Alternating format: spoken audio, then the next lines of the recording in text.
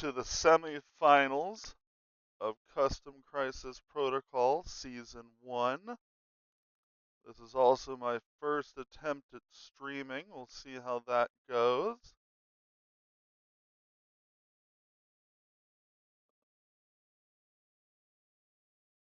So today we have a match against Halo's The Covenant versus the Suicide Squad.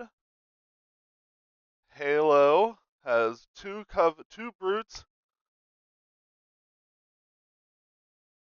two elites, two jackals, TARDIS, Alfred Pennyworth, Super Mario 3, and Power Girl.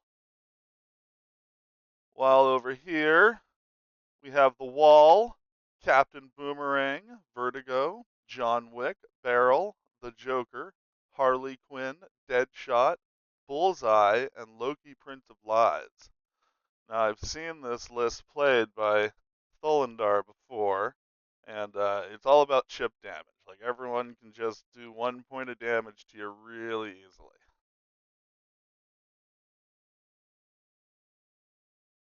And so we have our extracts for the day. It is Struggle for the Cube, and Superpowered Scoundrels form Sinister Syndicate.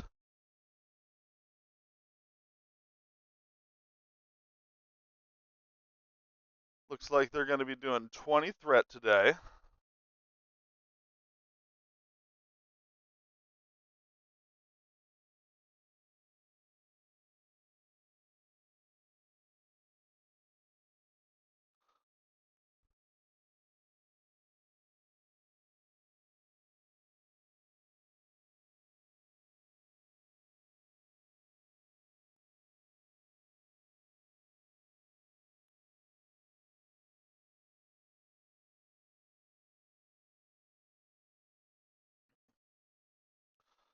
Looks like they're going to find themselves a map.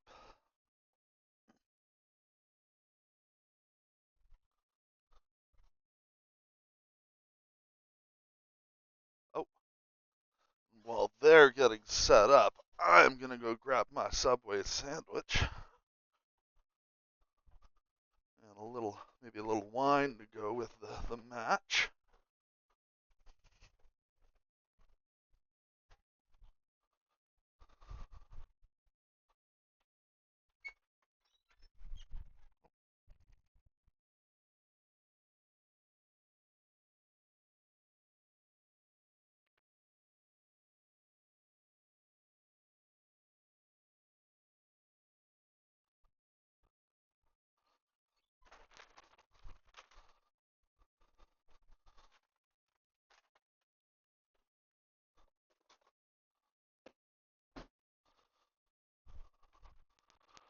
So fortunately, a 20 threat match means lots of opportunities to see the custom characters.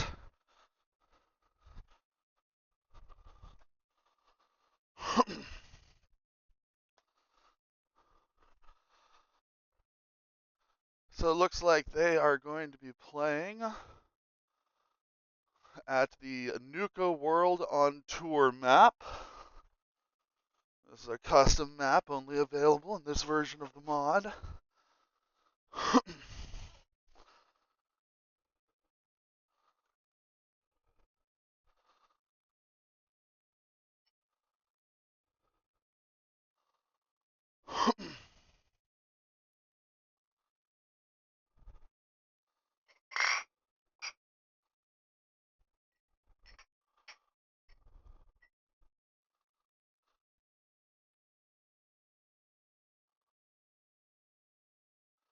So he's definitely going to go Tartarus because that's the leader. On Thulandar's side, he has two different leadership options.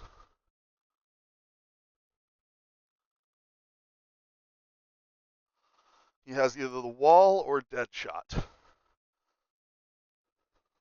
The Wall as in Amanda Waller.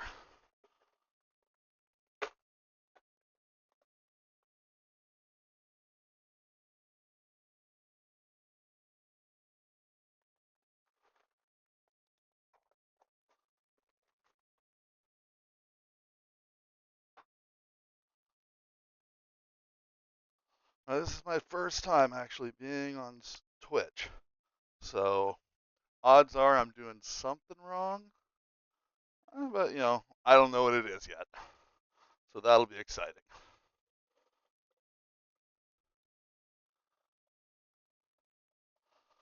Looks like the squads have been chosen.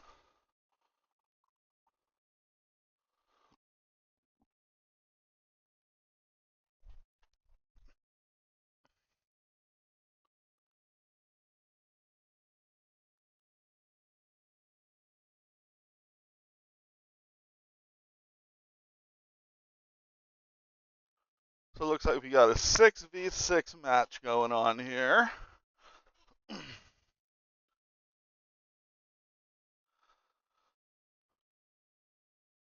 Now, it's also worth noting that this is the first time that my custom 3D models are representing the characters.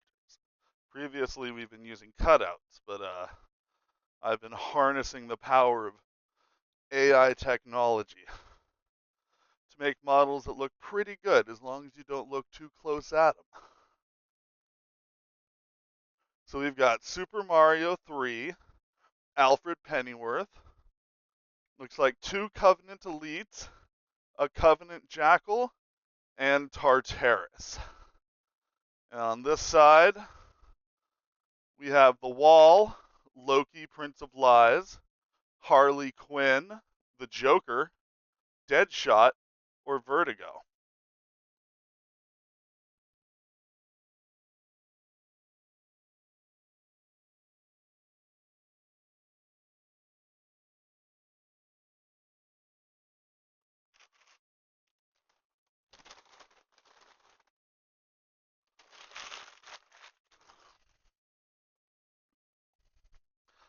I don't think I've ever seen any of these Covenant played. I have seen Alfred play.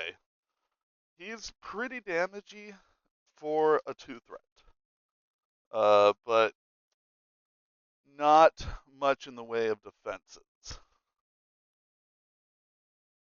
So he's the kind of guy you really just want to get in there and blast him down, especially when Batman's not around. That's just good advice for any supervillain, though.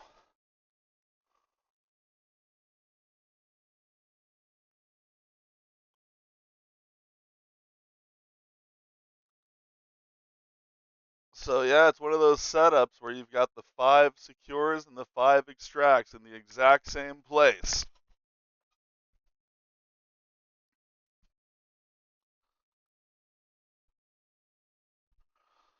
So let's go ahead and set ourselves up like this for the deployment here. He's going to open up with the Joker right next to the rusted car.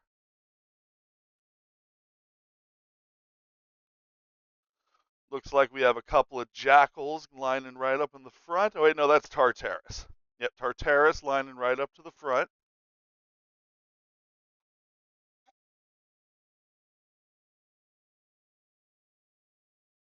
Harley's lining up next to Joker.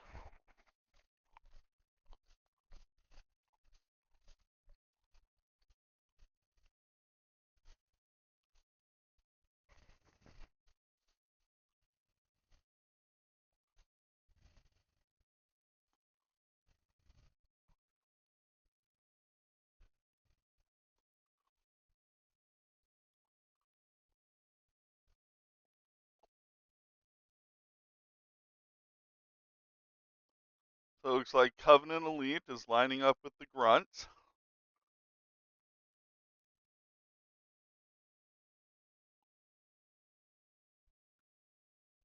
Now it's interesting because I believe the Elites are just sharing the Grunt. There's nothing on the cards that allows each of them to have one out.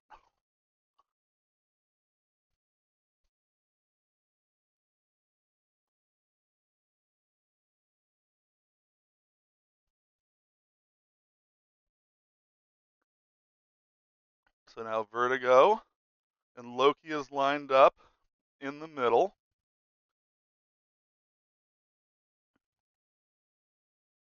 His other Covenant Elites trying to find the best place around this Cappy blasting statue's gun.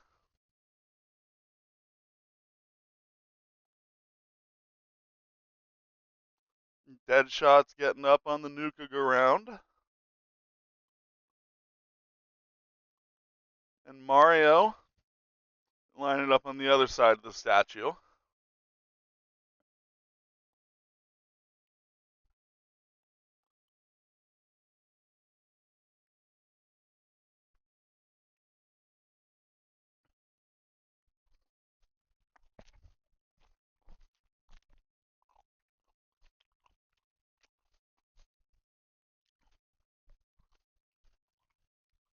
So Amanda Waller lines up in the middle.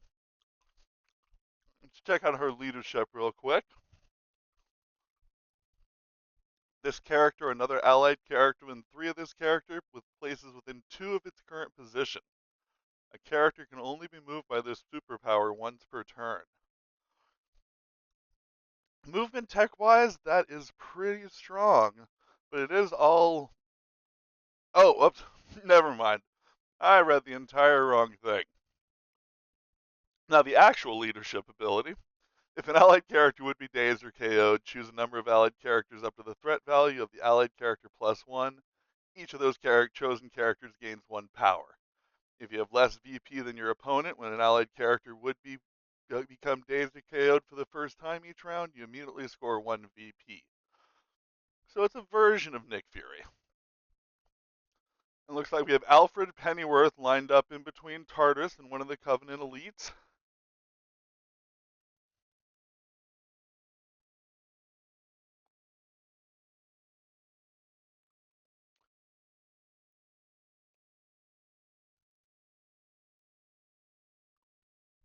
And Harley Quinn was the last person put up here.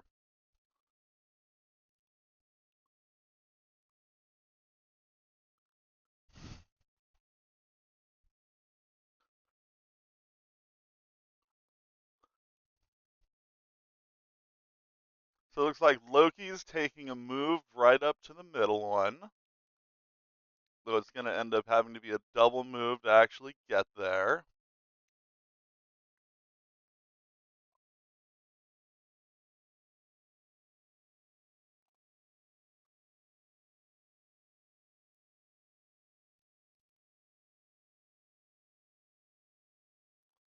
So Loki picks up the cube in the middle position.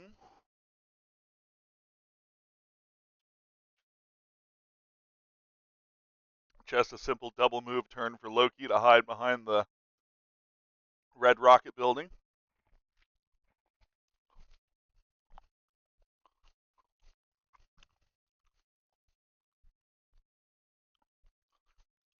Clockwork's going to open up with Mario.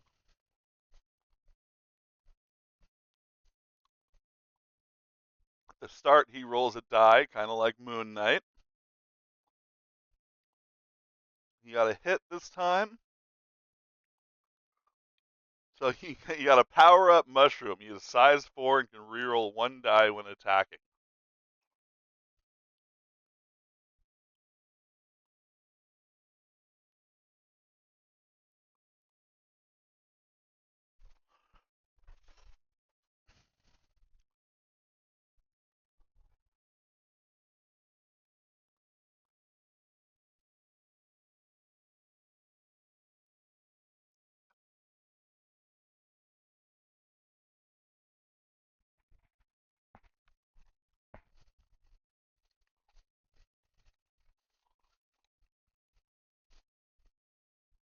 Looks like Super Mario's double moving to the front point of the extract, grabbing a cube for himself.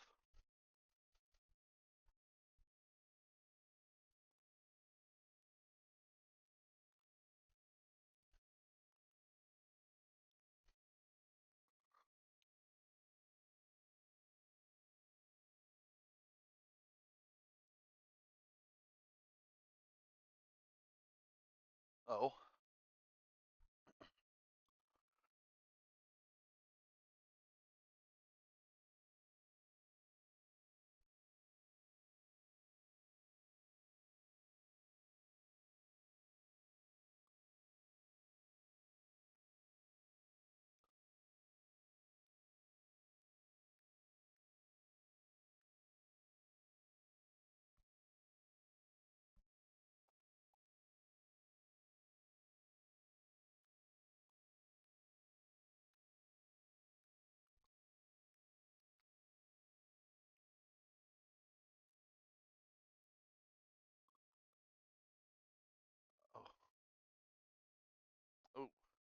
So apparently I messed up the code and Vertigo's model got replaced with Captain Boomerang.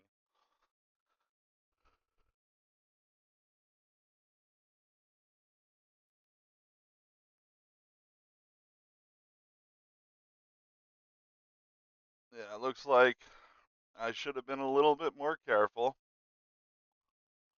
So just remember when you see Vertigo or Captain Boomerang, think Vertigo.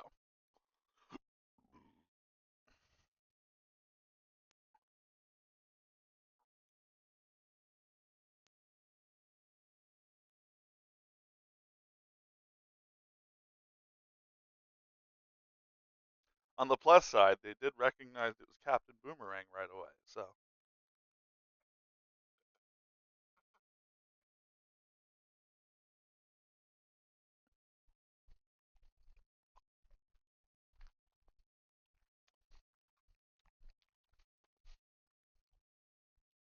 Vertigo, not Captain Boomerang, decides to move forward after getting the cube. Looks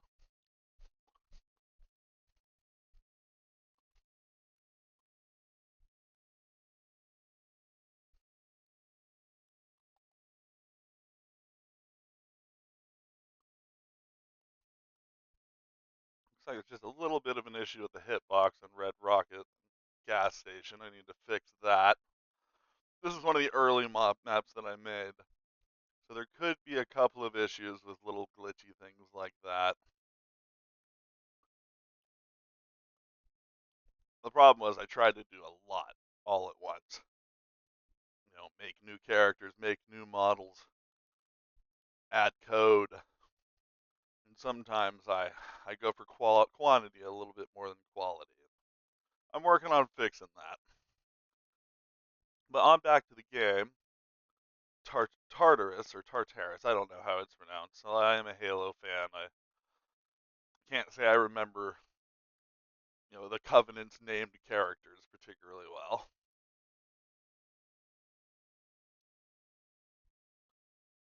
Taking a look at what Tartarus can do.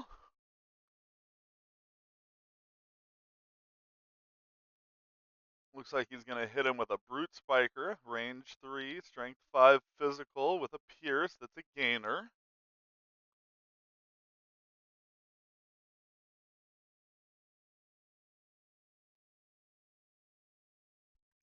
Oh, and opens up with a pretty big spike, but there's a pretty decent defensive spike as well. Ooh, but he converts everything there.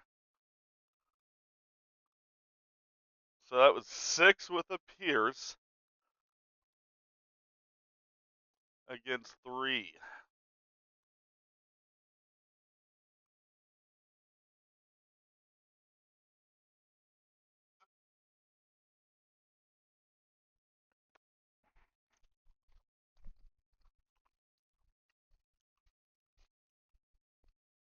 So Loki ends up taking 4 damage.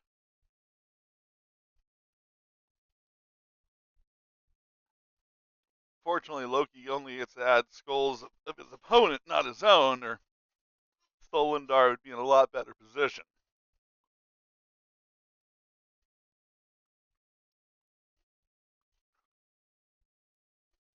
Oh, he realized he did have cover in the situation. Oh, but then he realized he had all successes except for skulls, so cover didn't matter. So 4 damage goes through.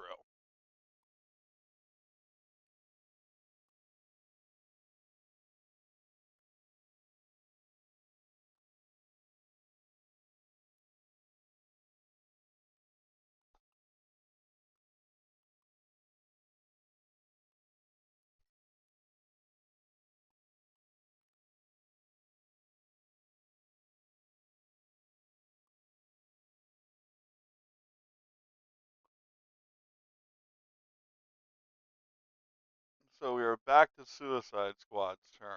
Looks like he's opening up with the Joker. As long as you don't look too close at him, I think the Joker turned out pretty well, model-wise.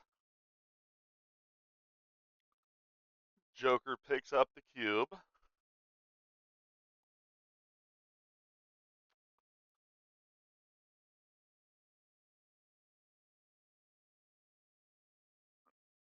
And it looks like he's going to fire his toy gun at Super Mario. Now, the toy gun's a complicated one. He only gets one die, but, there's various effects that happen.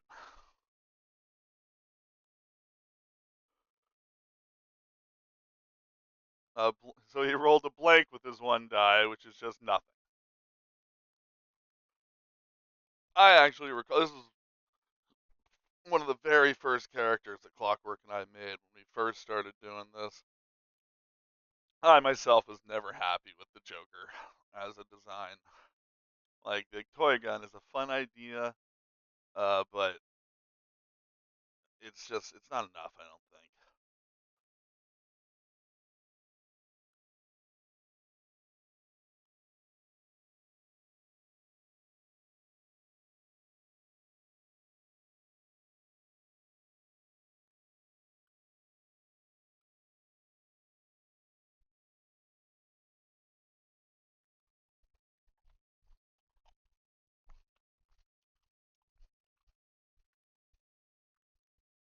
So next up, we have the Jackals moving forward.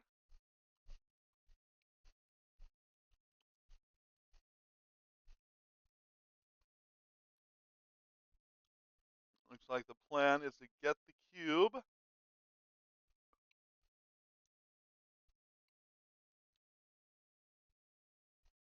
Or maybe it's not to get the cube, or maybe he's just measuring. Oh yeah, I guess he just wants to get up on the gas station.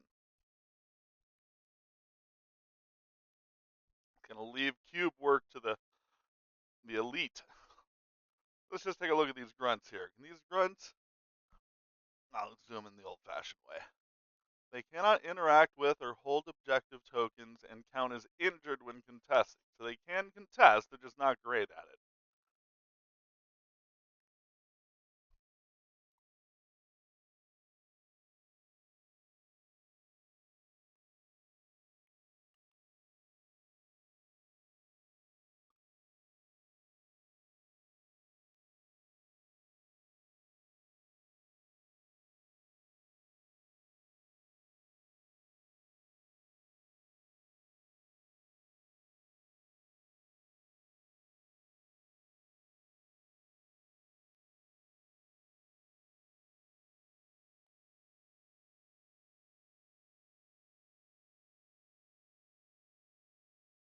So the Suicide Squad has Deadshot, The Wall, and Harley Quinn left.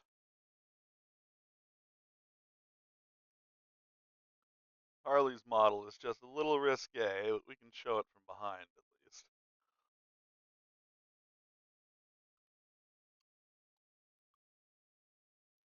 So she moves up with her first action. Now she does have synergy with Joker, with her within range of each other. She gets rerolls, and she can protect Mr. J.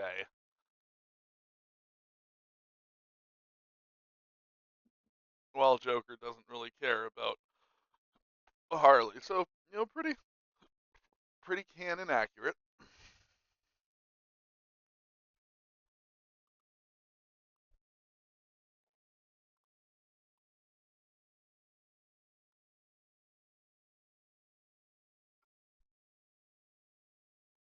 So Harley decides just to do a simple double move to be in the front of the position.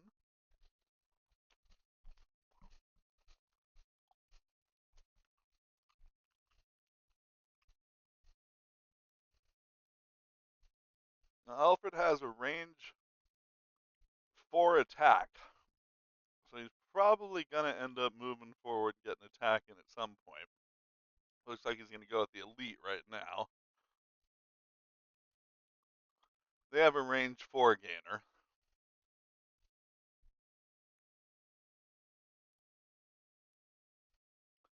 And so, yeah, it looks like they're going to go forward and hit him with their range 4 gainer.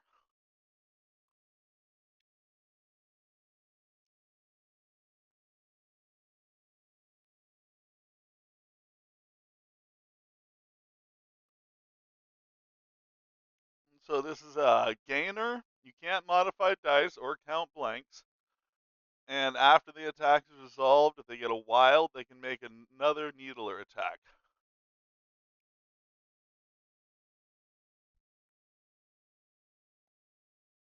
Oh, it looks like another pretty big roll for damage here. Ah, once again, converting both as crits.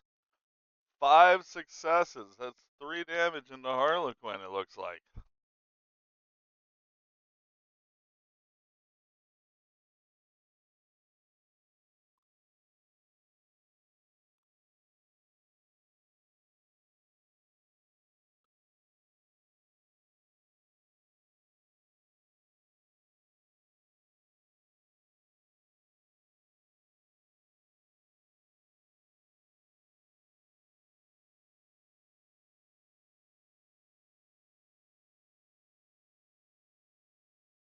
I'm going to be stepping into their chat really quick here. Hey, I'm stepping in really quick. With this being a semi-final match, what are your guys' thoughts about me stepping in when people make mistakes?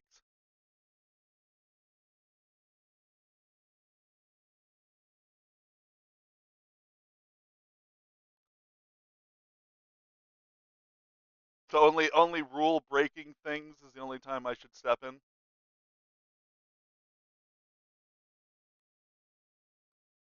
Okay. Uh, like like right now, okay, yeah, what do you think, Anthony, first?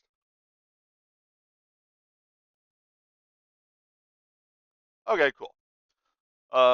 Because for instance, I'm pretty sure you forgot to count a blank in your defense as a success right there with Harley Quinn. Oh, blanks weren't. Okay, yeah, that's right. You're right. Okay, cool. And I also, just really quick, I felt like you said you roll an extra die, extra defense die. Yeah, and that's the one I will correct. That was one re-roll. Yeah. All right. So yeah, that's the one that I should have stepped on in on. Okay, continue on. All right. I just wanted to check in to see like how they wanted me to be accuser like. We're kind of casual for the most part. And I did make a mistake in the last match where I kind of stepped in and like said, "Hey, you could do this," and that wasn't quite cool of me. I feel a little bit bad about that because it really, really affected the match. But I just wanted the match to go on into overtime because that's exciting.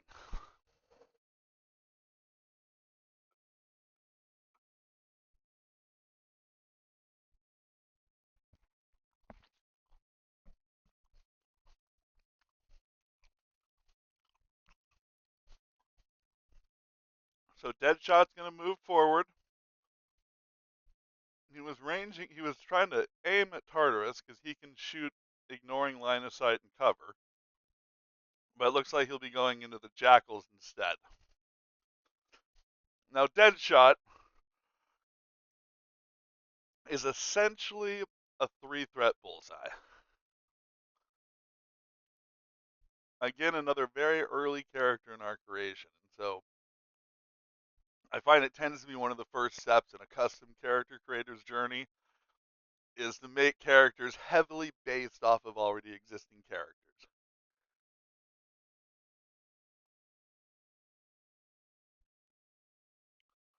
So Deadshot looks like he had 2 successes to 1.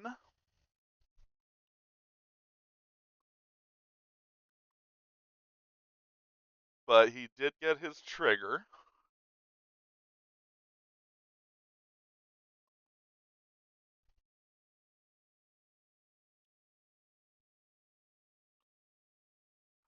So here's the rapid fire shot.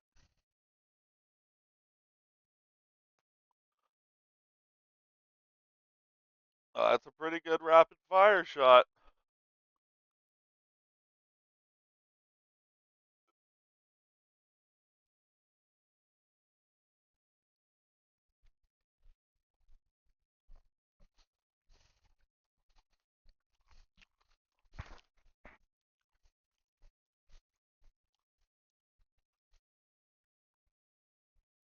That's four successes into one.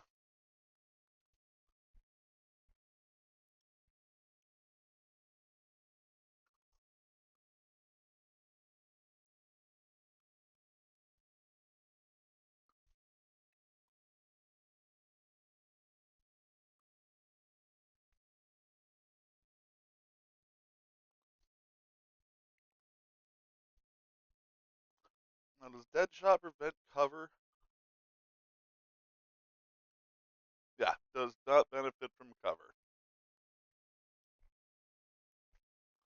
So far there's been some pretty rough swings for first round, man.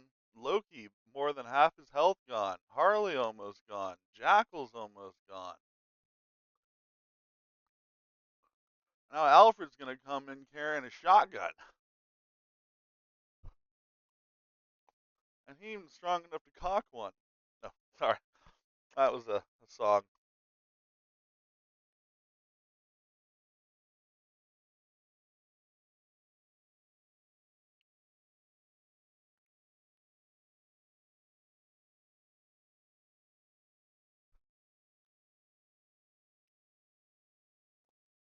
So Loki is getting shot at with the double-barreled shotgun. He's using a buckshot shell, so the target character will gain his bleed if he does damage.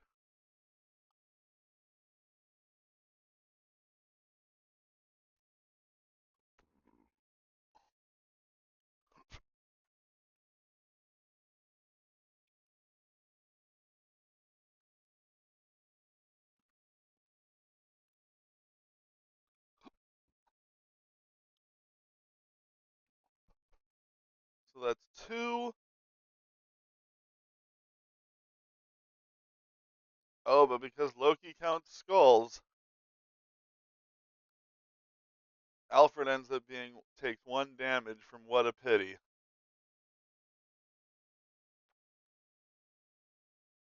Three. Oh, now they're checking to see if they're within range three. Oh, they are within range three for the What a Pity.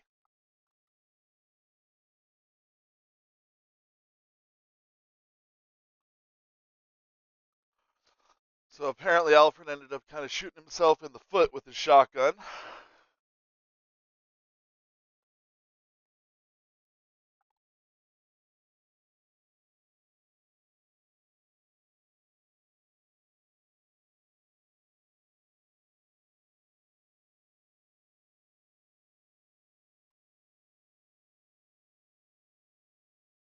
So he's thinking about doing a break action reload to get himself two new shells.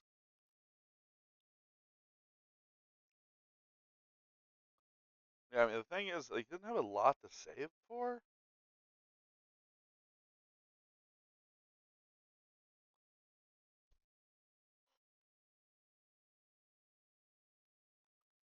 While he's deciding that, I'm just going to take a quick little deload.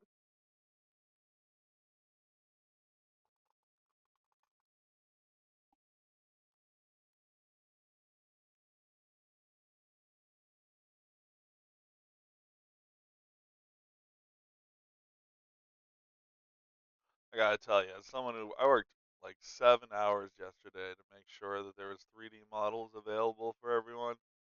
Like the fact that I messed up and put Captain Boomerang in Vertigo's slot, it bummed me out.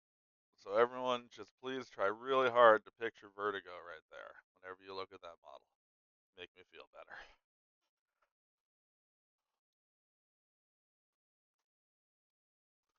So he chooses a Sabo shot and a flare shot. A flare shot causes incinerate and energy, and a Sabo shot is a pierce.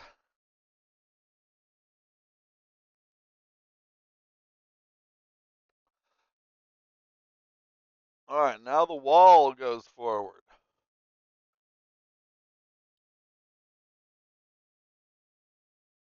Now you can see that the card goes for a much slimmer Amanda Waller, but that's just not how I picture Amanda Waller.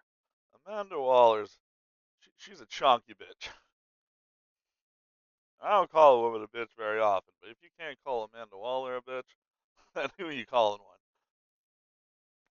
Now the wall is going to go ahead and shoot pistols at Tartarus. Oh, I hate when I do that. There we go.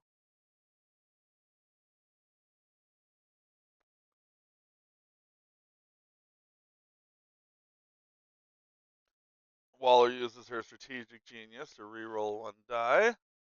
So we're looking at 2 successes to 2 successes so far.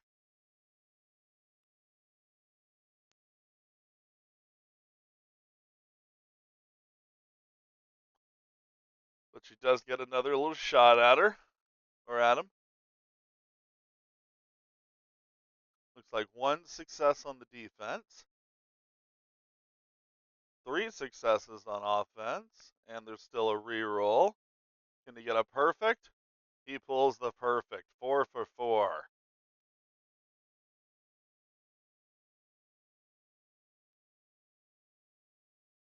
So Tartarus pays reduced by 1 and takes 2 damage.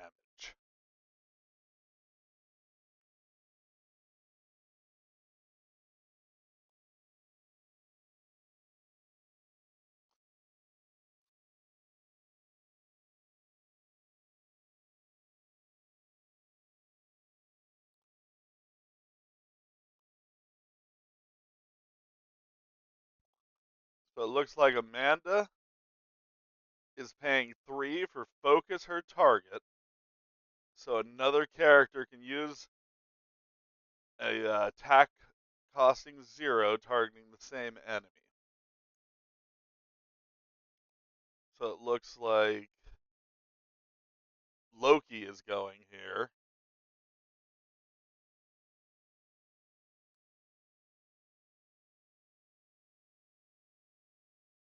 Loki did all right. I went 4 successes to 1 since he counts the enemy's skulls.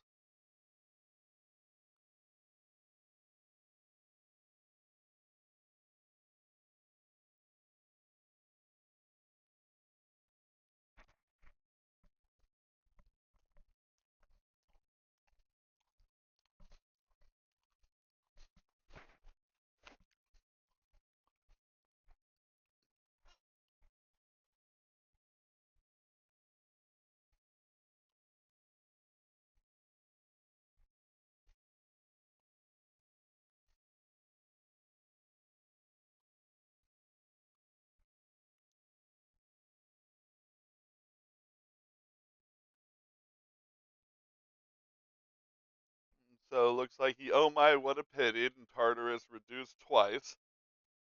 So in the end, Tartarus took 3 points of damage. Still, just a lot of damage for a first round. Look at that. 5 characters damaged so far.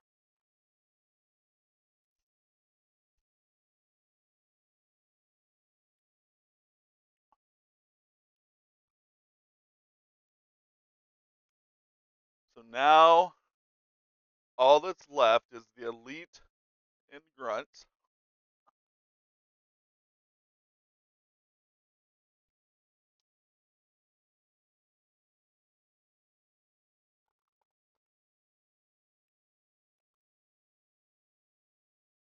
It looks like Vertigo.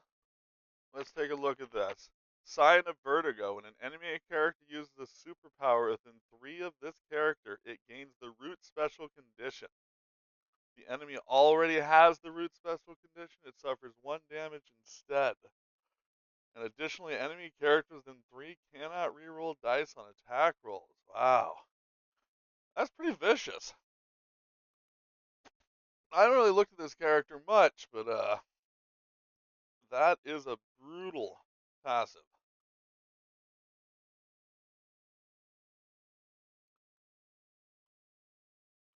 So grunts are going to move forward. Looks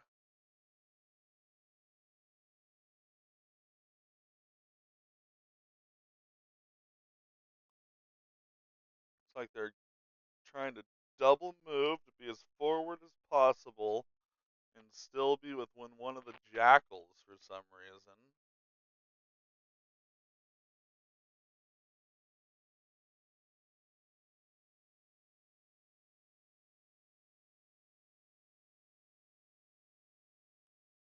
I'm not sure I understand the reason for. Oh, because the jackals give something, right?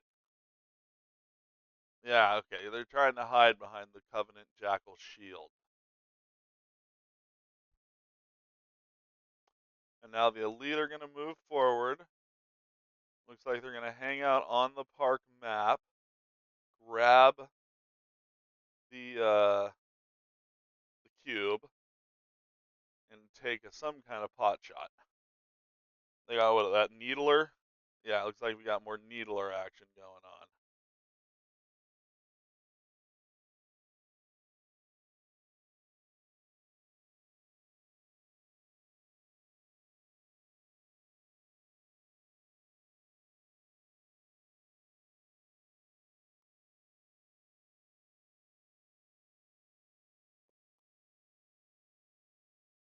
And it looks like Vertigo gets targeted. Oh no, the wall?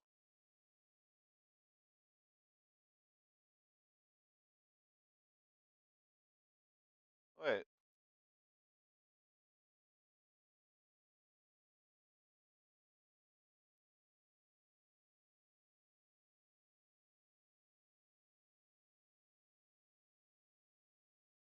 Alright. No, it looks like it is against Vertigo.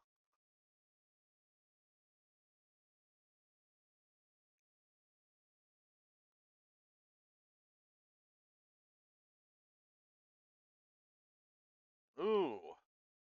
Looks like the day of the big spikes is over. Well, defense actually decided to go ahead and murder their defense roll, but it was a waste.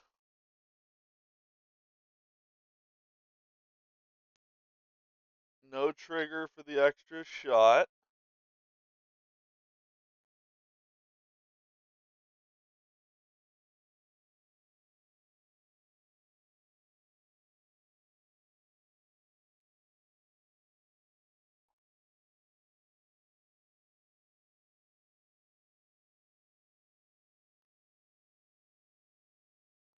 So it looks like that's going to end round one.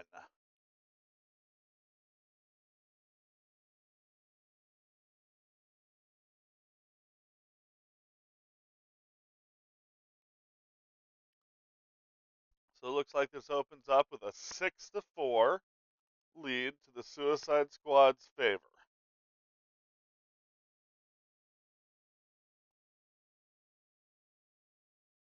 Cube damage gets dealt out.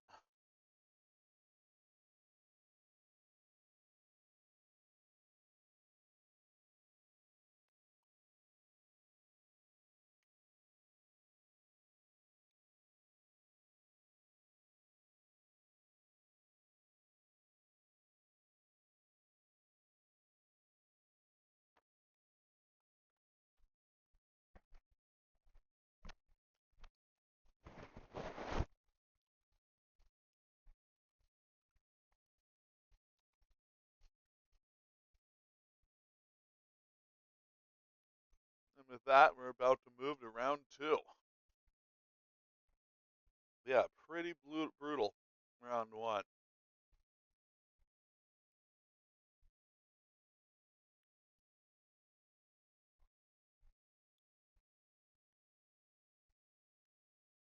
Looking over here, it looks like I might need to check on the Grunt UI image. It's showing a square here.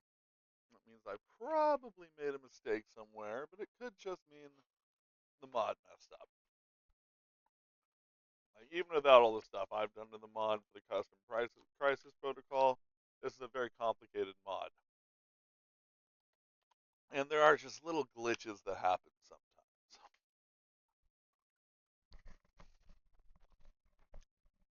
By far, in my opinion, one of the most well done mods ever. Not the part that I've done. The original mod that I built upon is the most impressive tabletop simulator mod of all time, in my opinion. And I humbly just added to it because I like multi-universal fights.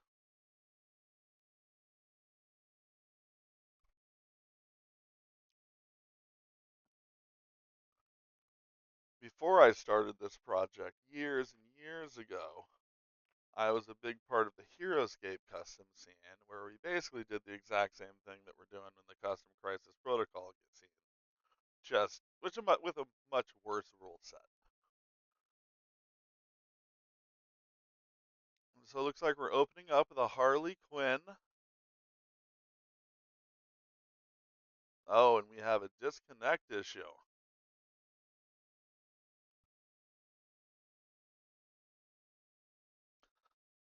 I have been disconnected as well, so it was a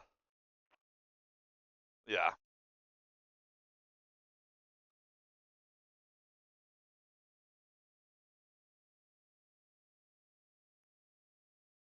It is. I unfortunately am not currently seeing the table. Um, so we'll just pause. All right. So yeah, looks like we are having some technical difficulties right now with Steam's Tabletop Simulator. Um,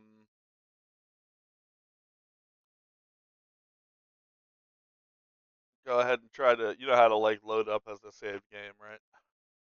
All right. So the host is going to be currently trying to reload the game as soon as the servers seem to be working properly.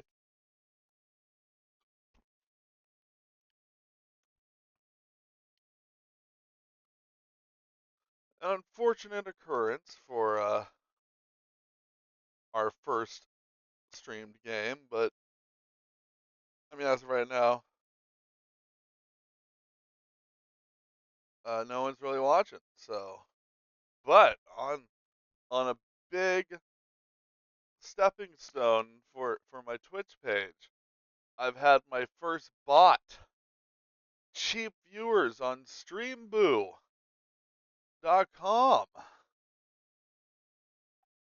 Um,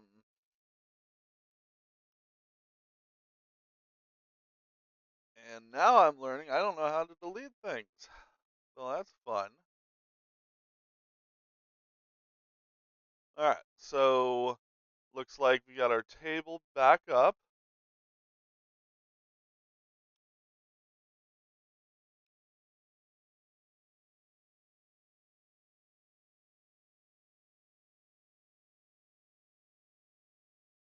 Now, until recently, reloading up a saved game of this mod meant like most things would be broken.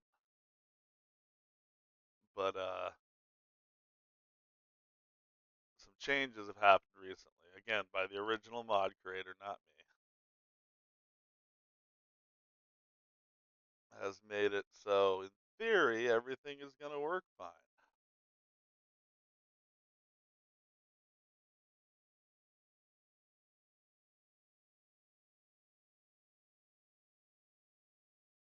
Huh.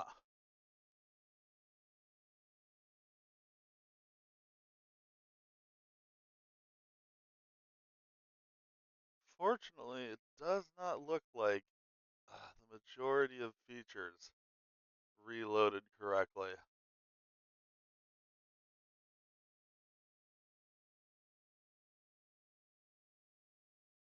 We'll just have to see. It's currently it's saying 93% loaded on Clockwork, and like no UI features are loading up. Oh, here we go. All right.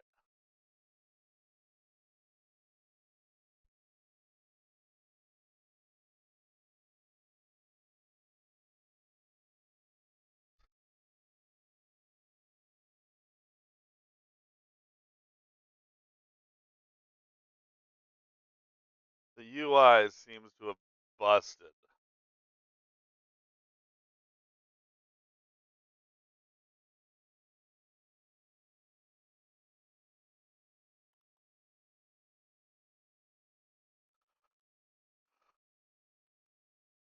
Yeah, unfortunately, it looks like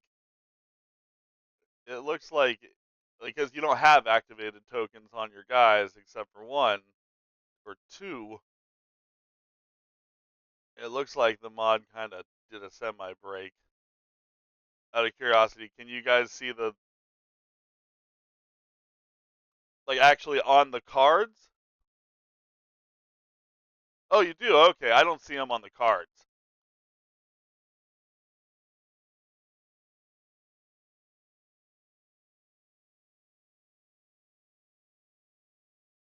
All right, so looks like they're going to be manually removing.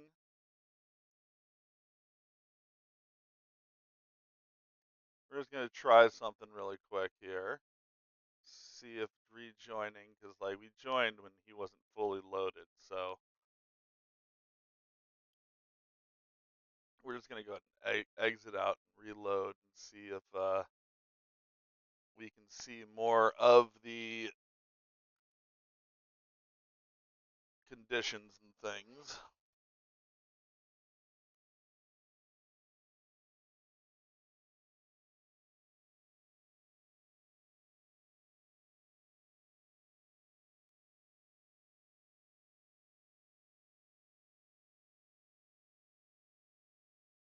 All right, that actually did.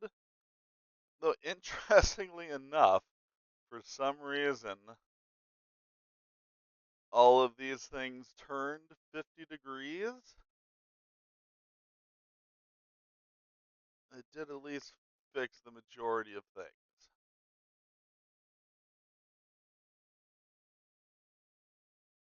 But like I said, with a mod as complicated as the Marvel Crisis Protocol mod, the original mod is, it's not surprising that occasionally you just get these kind of glitches. Especially as someone who has spent a lot of time trying to kind of reverse engineer the code. Like, the code is just so insane.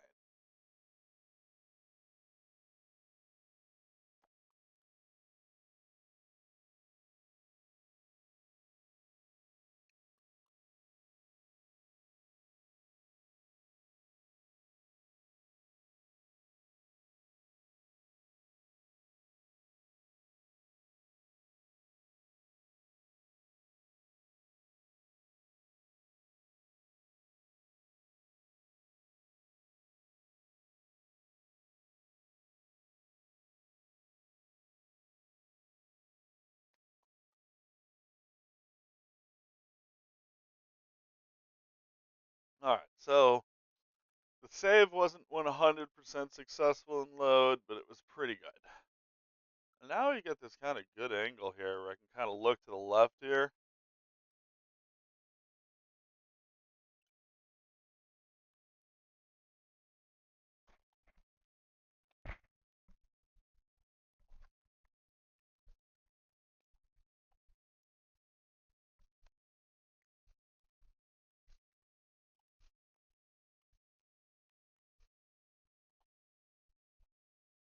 Looks like Harley Quinn's moving forward.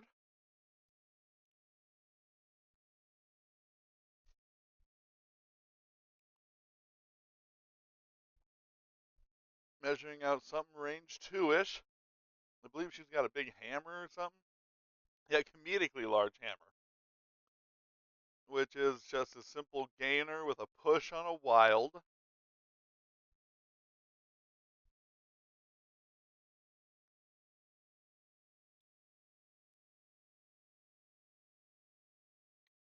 Let's see, why did he wanted Loki to be in range for some reason? What's Loki's deal with him too?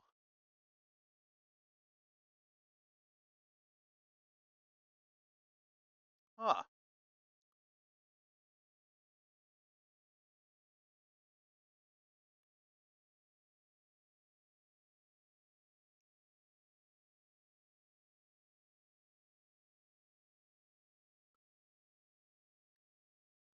All right, I'm listening into what they're saying. I still don't know.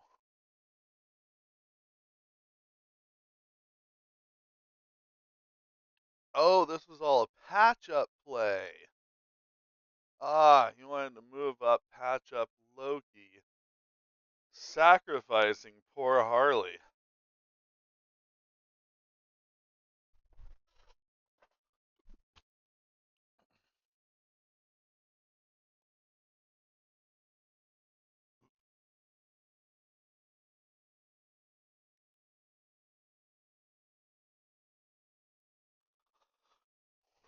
A bold opening move.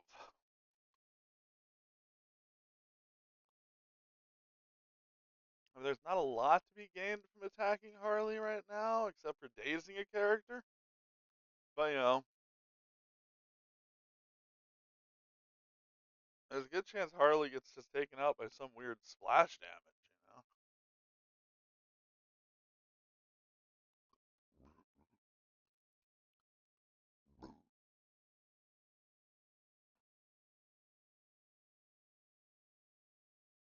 Not just zooming on our butt, I swear. The Clockwork's first move. A Mario opening, eh? Let's see what his die roll gives him.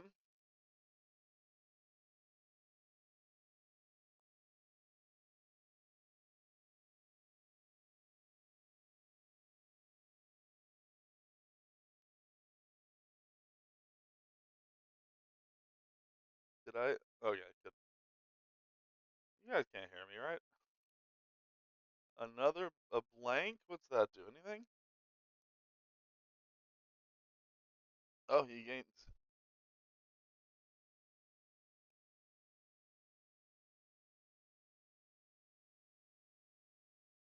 3 power. Wow. So all of a sudden, Super Mario is powered up.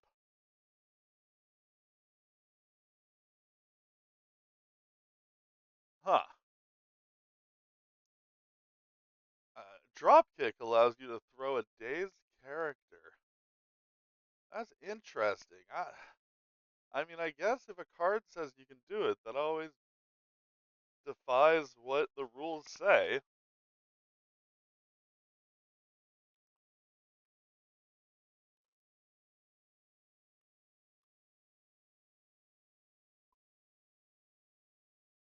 So it looks like he's throwing a brick shattering punch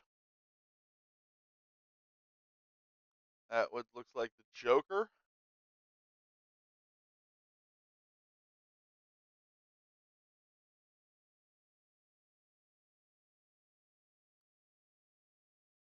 Looks like 2 successes into no successes. Joker will take 2 damage. Joker feels like someone who should have a react. Oh, he's got to react on dazed or KO'd characters within 4.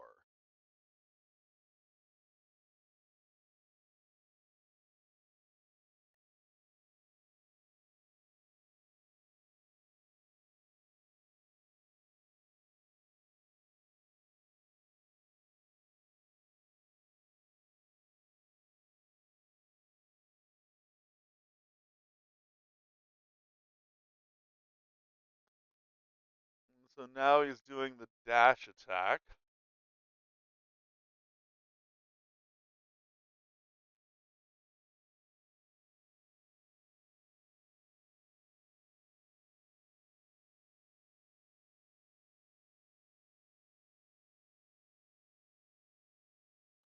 So it looks like 3 successes into no successes.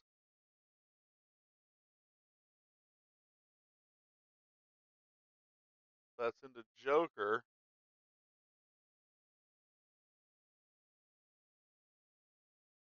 Joker is dazed.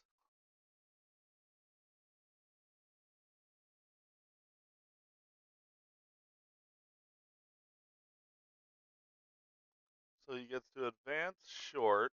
So he's going to advance on to the point where Joker will be dazed. He'll be extra mad Harley left him now.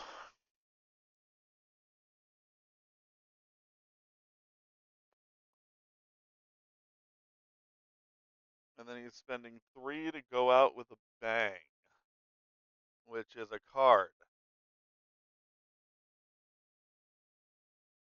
So he can pay 3 and immediately perform an attack before he's dazed.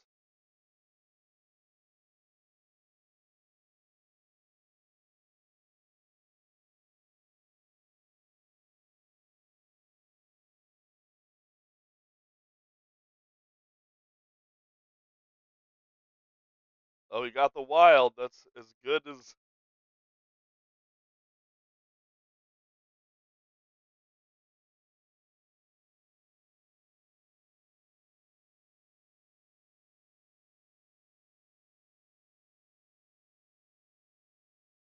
So it looks like he's going to take 3 damage from a real bang that cannot be reduced. So almost got him to the point of taking him down. If he hadn't rolled this shield here,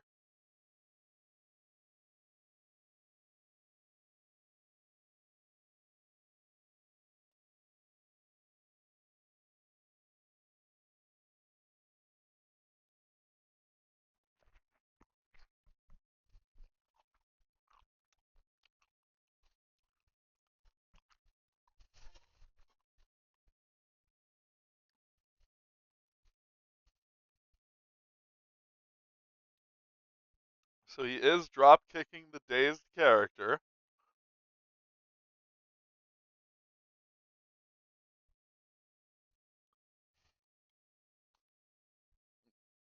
Drop kicks him into Waller.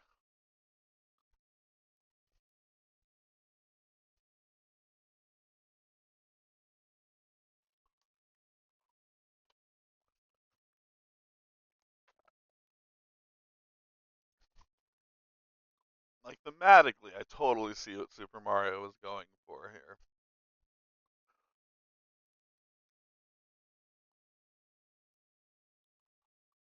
So Waller will dodge Joker's dazed body.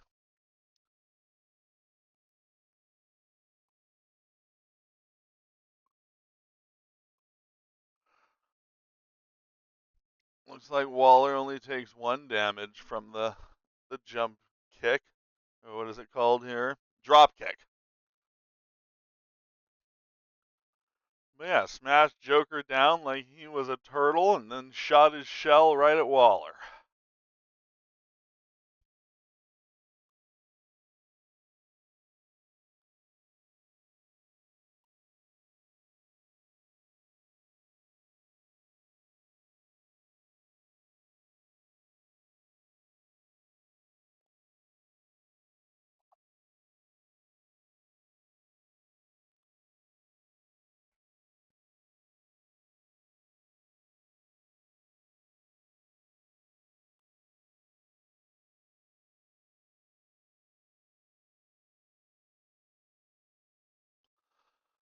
I'm annoyed that I don't know how to delete this bot message.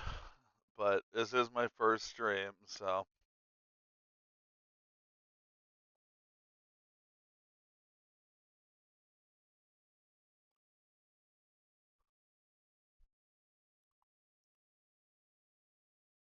he's going to be using the Sight of Vertigo on the Jackals.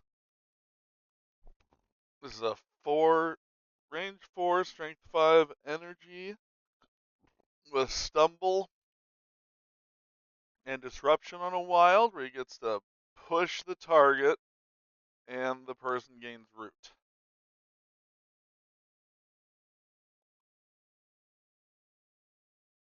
4 hits on the offense.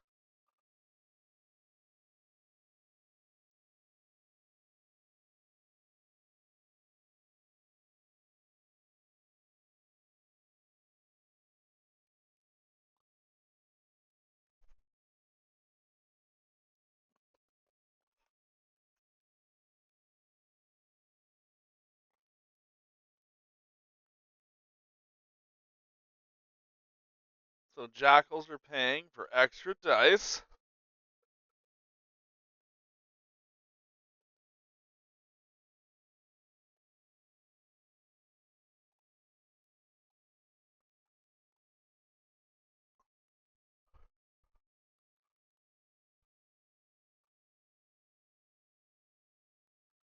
Now the defense roll.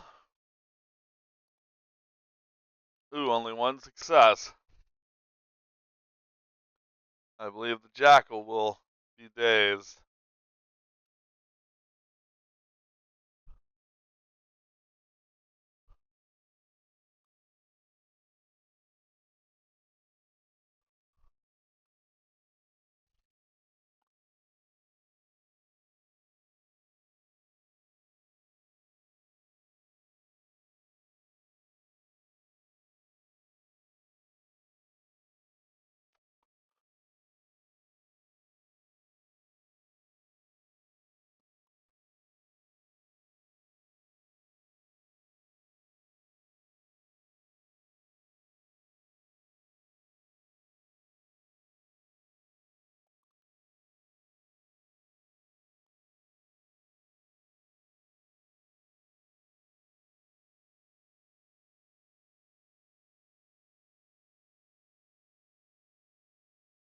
So the jackals have been dazed.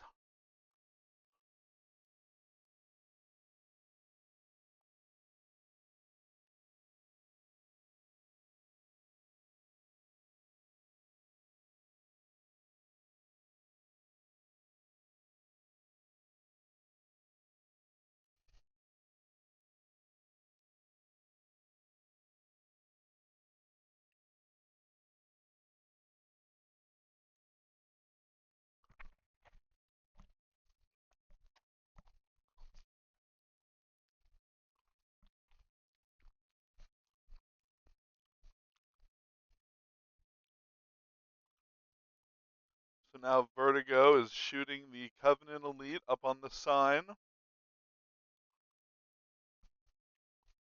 with her sight of Vertigo.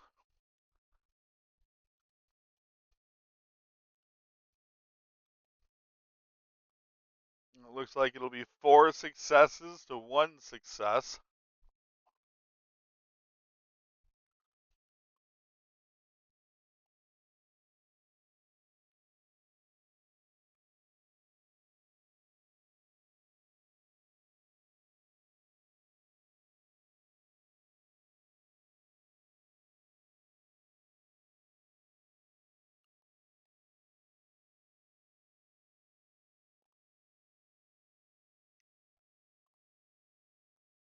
So the Covenant Elite, who starts with 2 shield charge tokens, lost both of those and reduced it by 2 damage.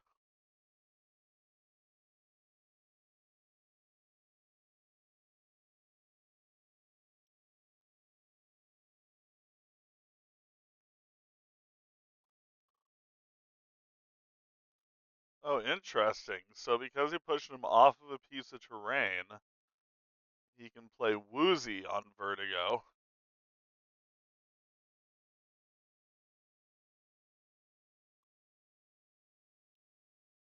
Does 1 damage by pushing him off of a high place. It's a pretty interesting ability. I approve of that one.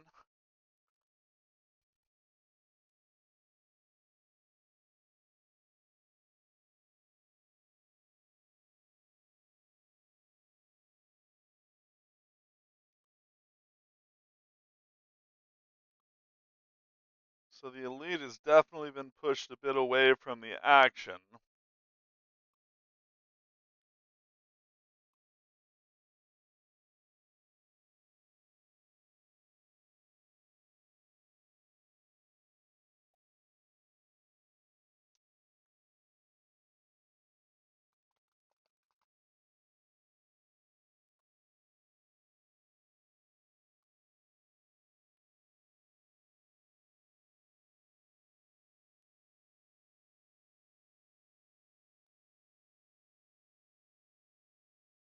Does Vertigo have anything else on her card she can do?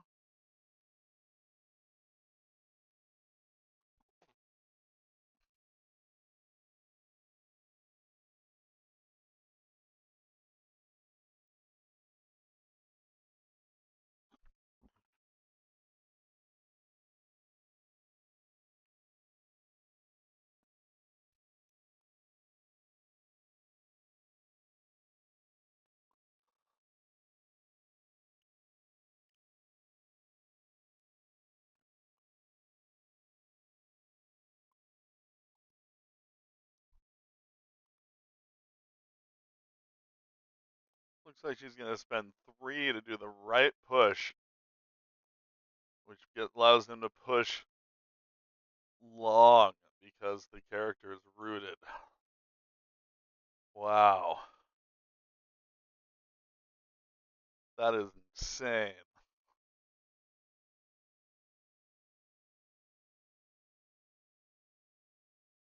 Oh, but he is not within 2.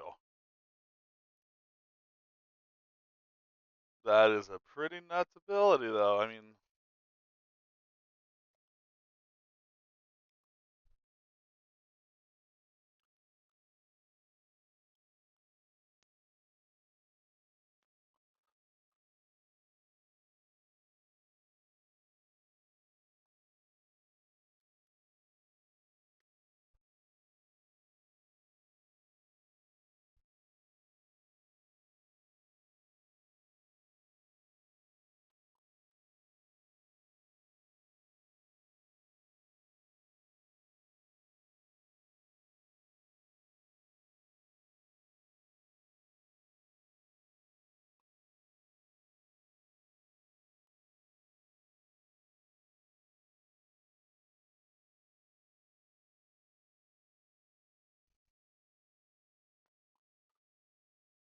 So that ends Vertigo's turn.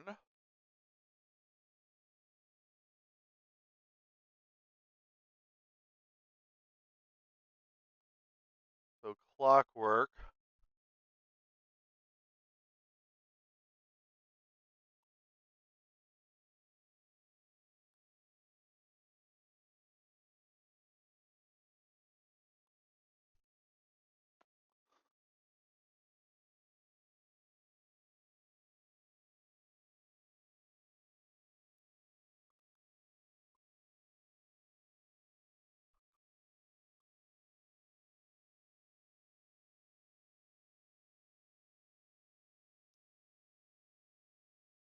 So it looks like this Covenant Elite here is going to do a hit and run on Harley.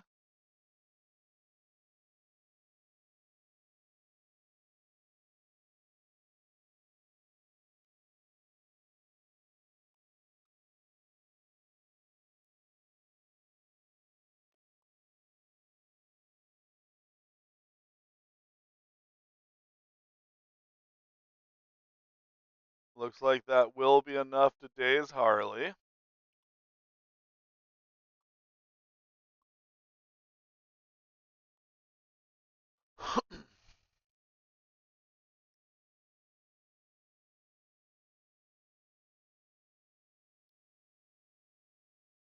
So unless there's any shenanigans, I believe that Harley Quinn will be dazed.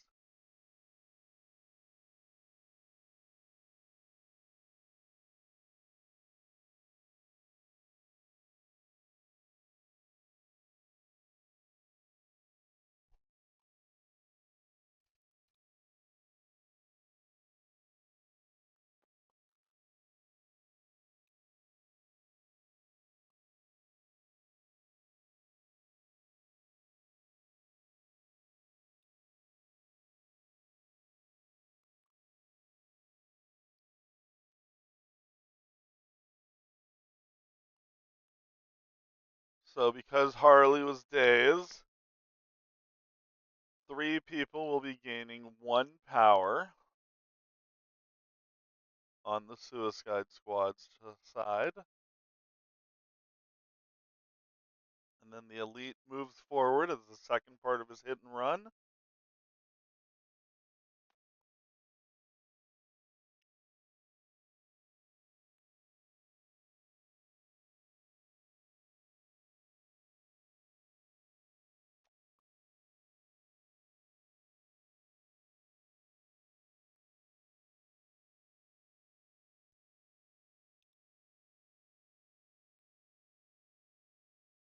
Trying to figure out who to shoot with the Needler. Looks like he's going at the wall.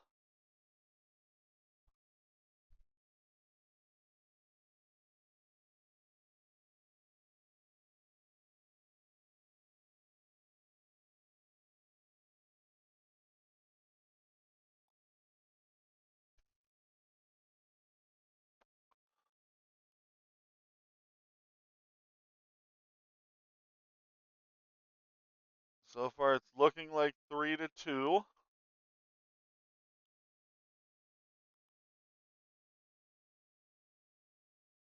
Looks like they got 1 damage in the trigger, which allows them to make another attack.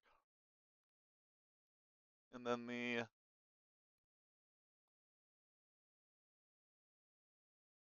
because this was the trigger attack, it'll have a little explosive.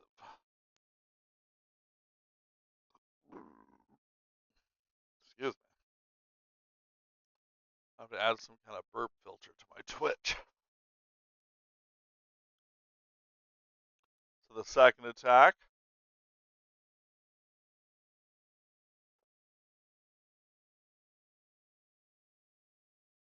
Looks like 3 so far on the offense, and again 2 on the defense.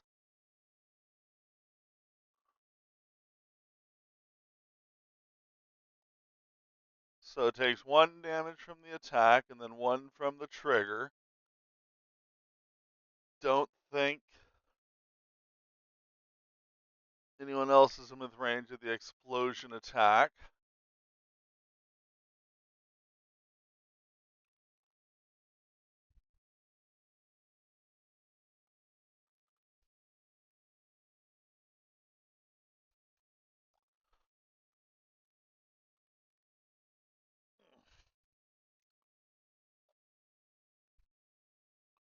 Ah,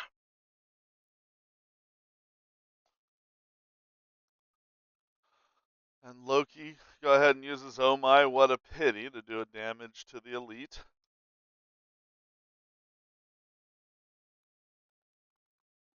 And uses up a shield charge token to reduce that. Is that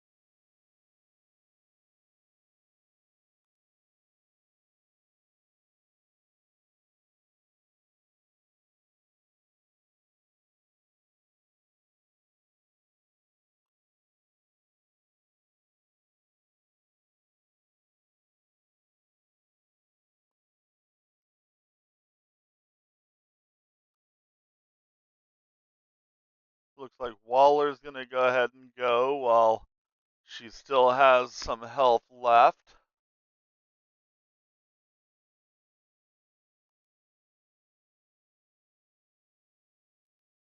So 3 days is in the second turn so far.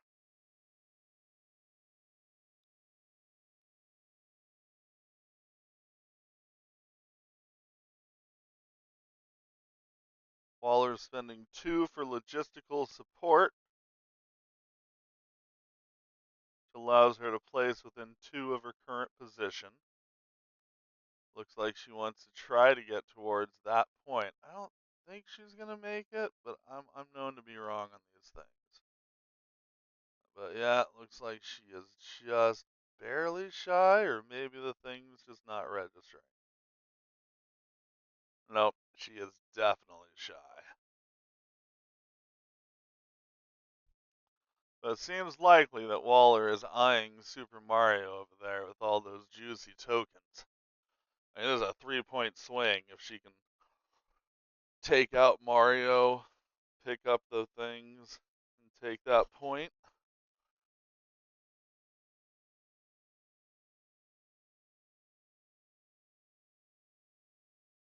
Like, this is a big move to get off here.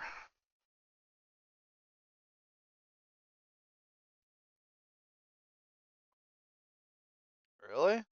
That is interesting.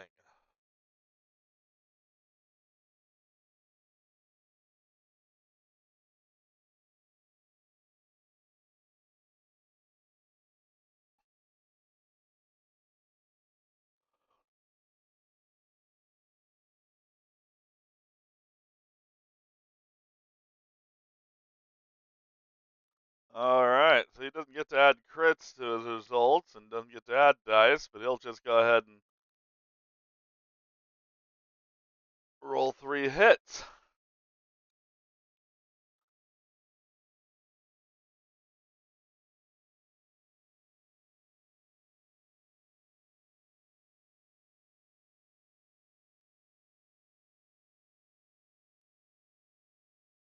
So now it's his second shot from the double tap.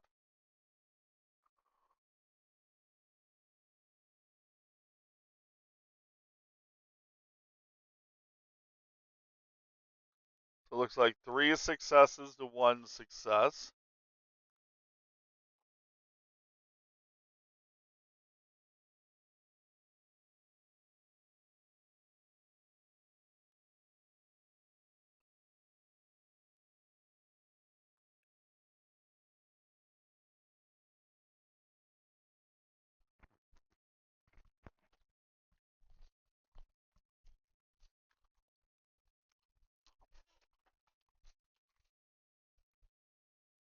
So 2 damage from the shot plus a damage from What a Pity.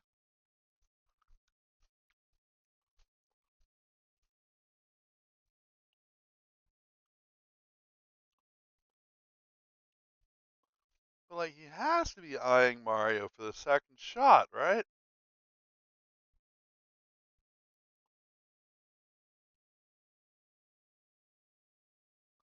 That's fair. He's gonna focus my target. Have someone of Loki, I assume, attack the elite as well. Alright, so now I'm starting to see an inkling of his plan. He goes with Vertigo, though. Interesting.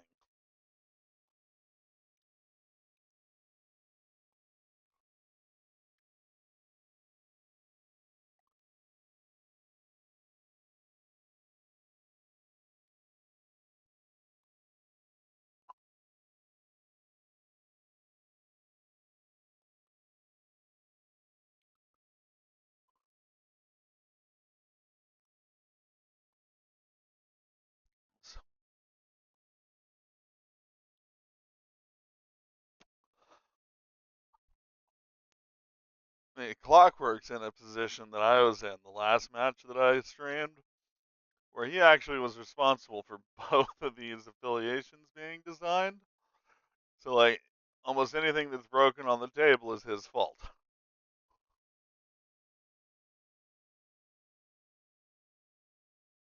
It's looking like 3 successes to 0 successes.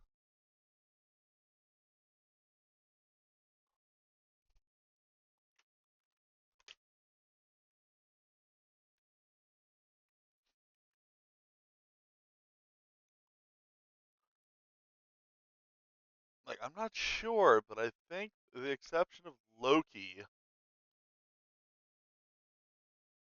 and Vertigo, Clkwrkctkfsh designed all of these guys.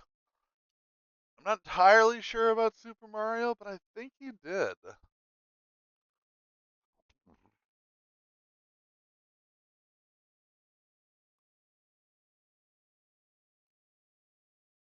So Wall still has an action.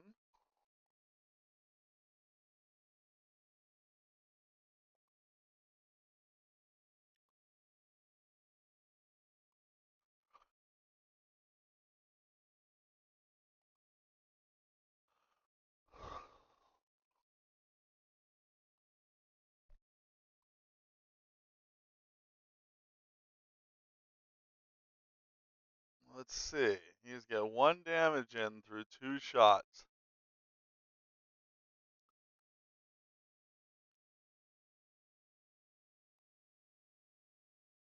Doesn't look like it's going to happen on this one.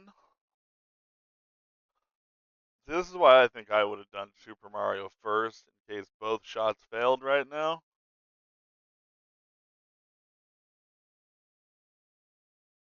Which is what's probably going to happen. Oh, maybe he does turn it.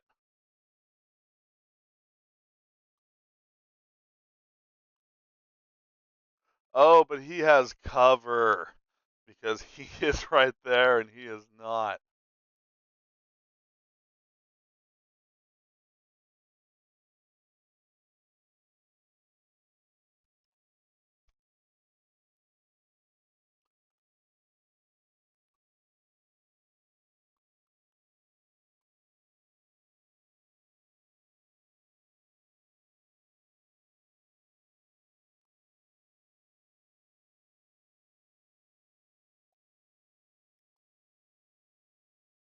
So that is the 4th days of round 2.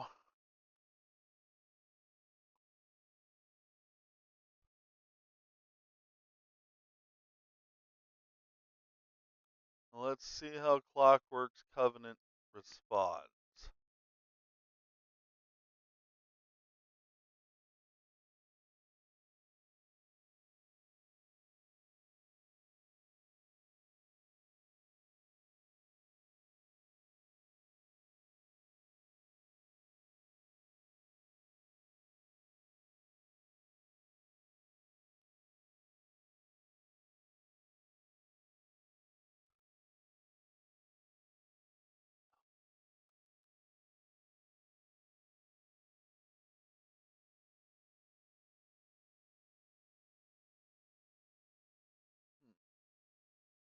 Oh, it does actually show that 4 people are viewing this right now. I've been sitting here thinking I was just talking to myself, but I might be talking to some bots as well. How exciting. Hello, bots.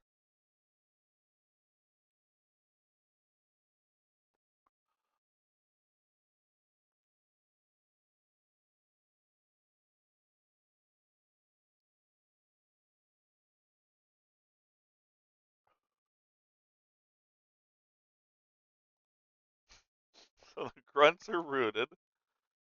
Not the most effective use of special condition, but I think vertigo has things that affect people with rooted, so it is relevant.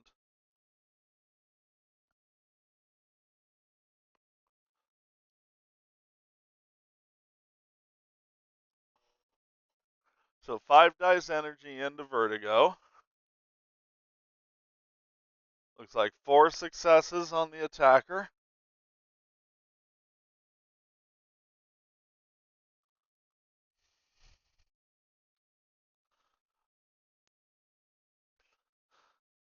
Well, Fate Seal as you, we really appreciate you being here as a real person and not just a bot.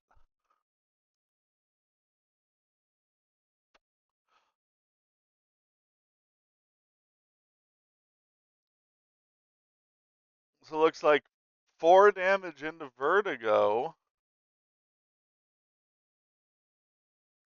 which vertigo is going to be attacking using 1 long wake, which will allow him to push the targeting character S.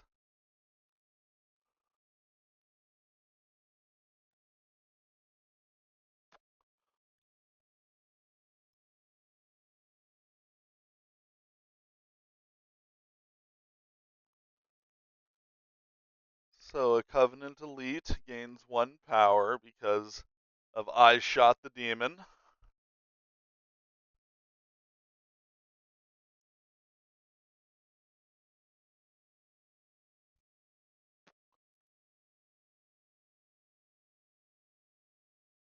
That was the Grunt's action completed. So now the Elite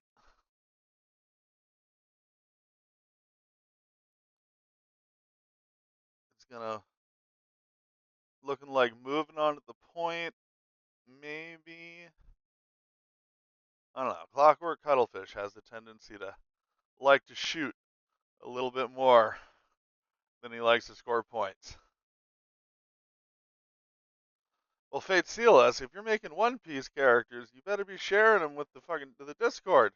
I want One Piece in my mod. Like I was just eyeing some One Piece models. I would love to see them in the mod.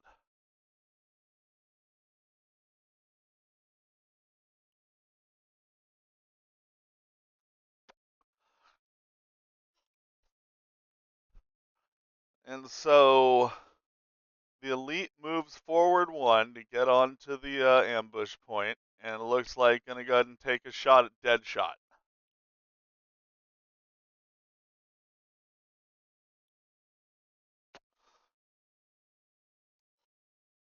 Yeah, when it comes to One Piece, I'm one of those plebs that got into it because of the Netflix show. But man, did I think the Netflix show was just a ton of fun.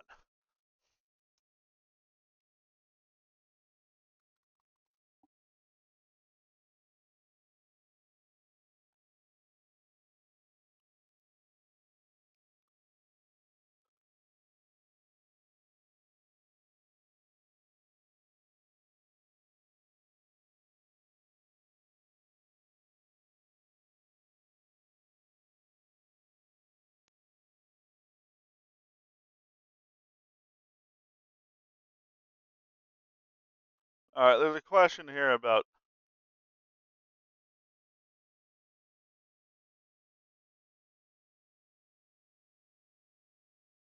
Okay, it is a hit and run. So yeah, because he used a superpower while being within 3 of rooted, he takes a point of damage.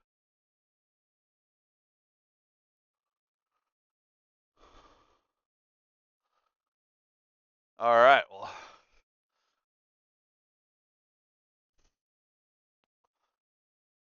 Yeah, submitted characters aren't making it into the mod until after the season to make it a little bit more fair and to give me just a little bit of breathing room because there's some other things I wanted to do with the mod, and I was spending a lot of time submitting characters every week. But now with the website, character submission is so much easier. Not necessarily for the user, but for me. Like when you submit a character to the website, all I have to do is click a button and copy paste, and it's in the mod. So it looks like Vertigo did get taken down, dropped a cosmic cube.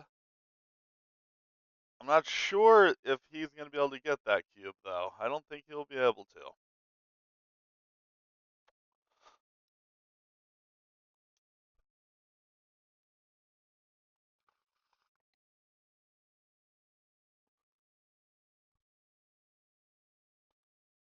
Oh wait, but this is a hit and run, so he still has a move afterwards. So yeah, I guess he will be able to move forward and then pick up the cube. But can he like control the point and pick up the cube is the question.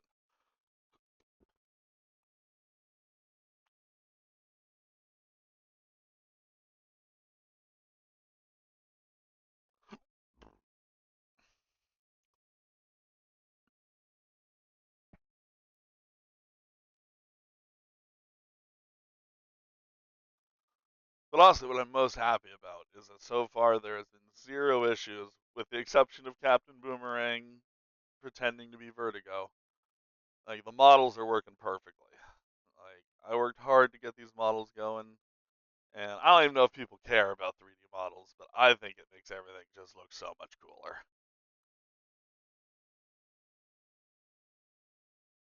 And who doesn't like Harley Quinn's model? Woohoo!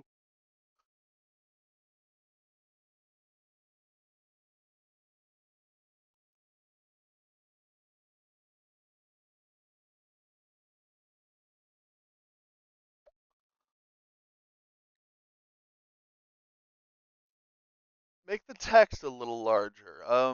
What do you mean there, Fate Celius or Sealsu? I'm just gonna call you FS. What do you mean FS? Which text do you think needs to be made larger?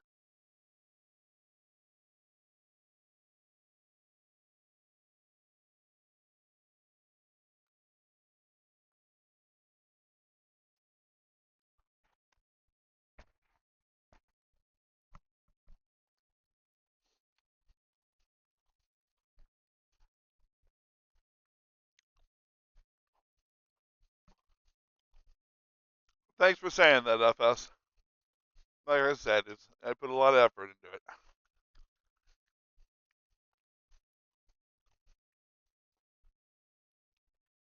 So now we are back to Suicide Squad's turn.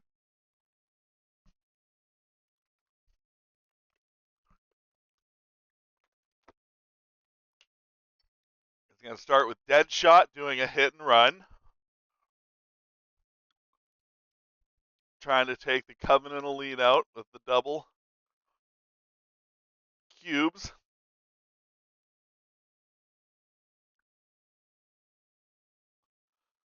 Because Deadshot's just like a super bullseye. If he wants, he can just auto kill him essentially here, unless he has some damage reduction.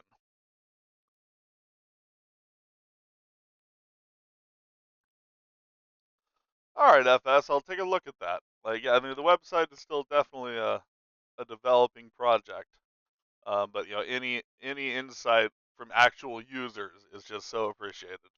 Because like all I know is how the website looks on my computers, and I have giant monitors surrounding me. So Deadshot into the Covenant Elite.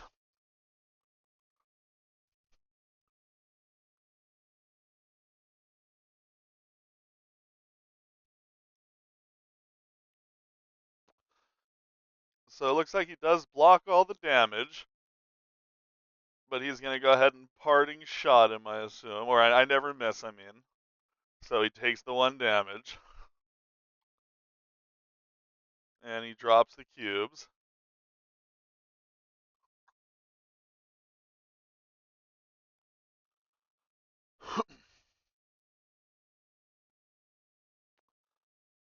So Deadshot moves the cubes, I mean, kind of close to him. I mean, it's weird he didn't choose to, like, just make it as close as possible. Like, he placed them like they were objective tokens and you're setting up a map, but, I guess he's just committed anyways.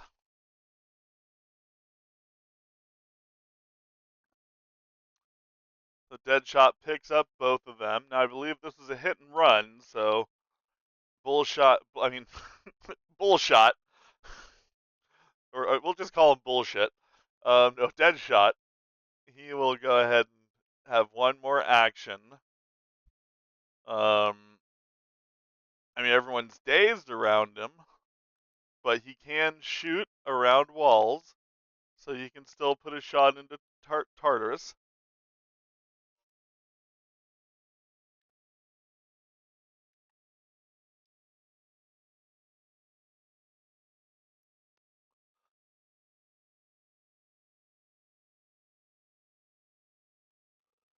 Might even be able to reach Alfred. Oh, no, he decides just to do the simple move back for a point.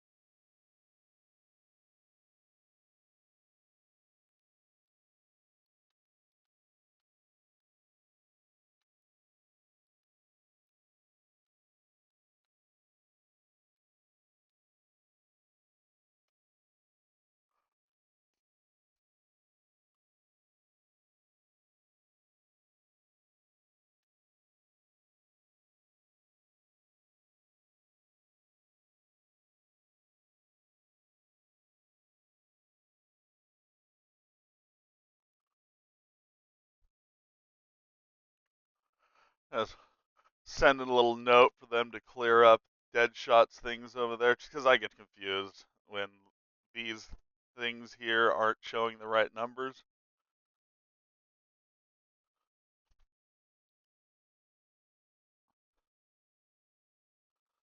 Because to be fair, I smoke a lot of pot when I record these things.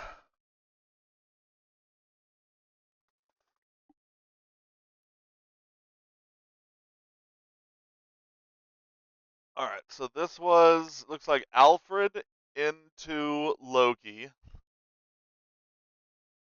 who blocks all the damage and ends up doing one damage to Alfred via "Oh my, what a pity."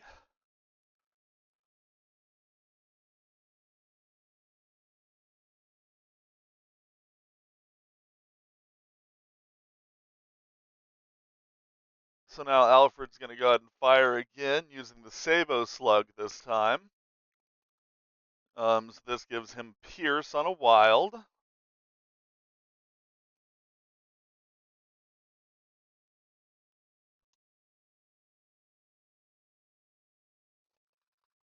Oh, this one's got potential. No skulls.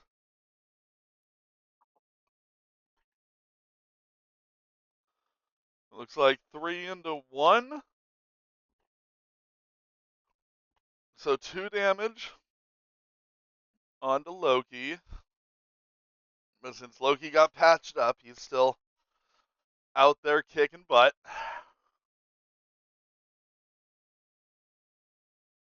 Wait, oops. I accidentally moved these guys in the wrong spot. Let's put them back where they belong. Is there some kind of lock?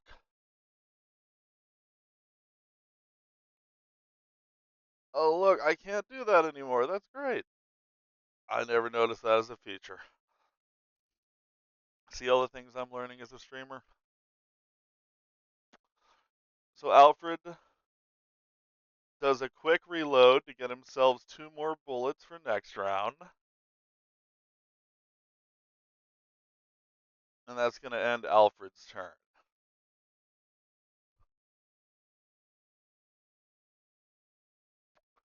So it looks like all that's left is Loki and Tartarus. Loki is pretty charged. I'm not too familiar with this Loki, but I hear he is just a beast generally.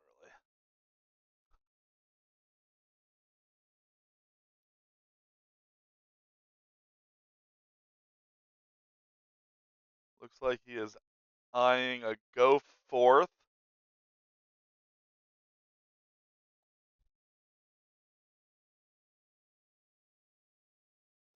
Or maybe, no, it looks like maybe he's just eyeing he's eyeing Mario. That's what he's doing, isn't he, with a large move? Yeah, he's eyeing Mario for all them sweet, sweet points.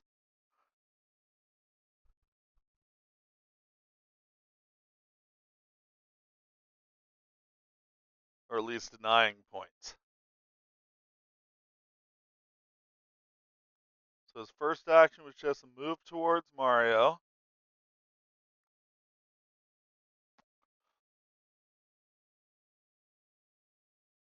And then Mario's going to take a Mischiefs and Magics attack.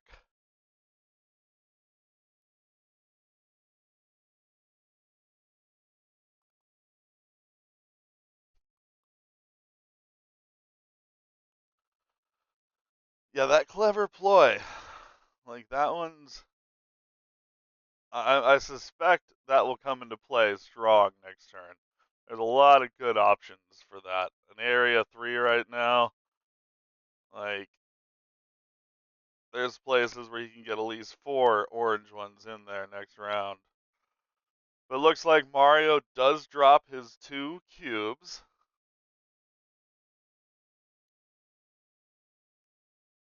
Does Loki have any move tech he can use on his own? No, he can only move other allied characters.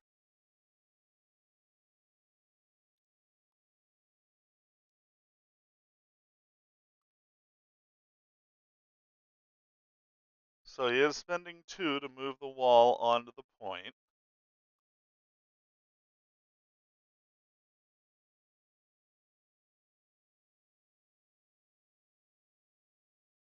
So, I don't know, I'm taking a look at it. I don't, is Orange scoring, is Clockwork scoring any points this round? Oh yeah, scoring this point here. Overall, while it seemed like that was the Covenant's turn, in reality, the points are all going the other way.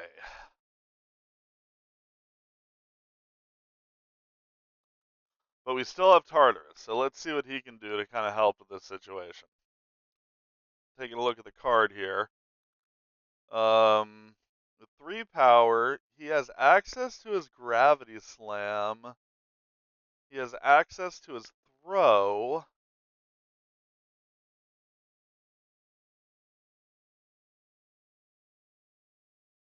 Hmm. Tartarus needs to have a pretty good turn here to keep him in line.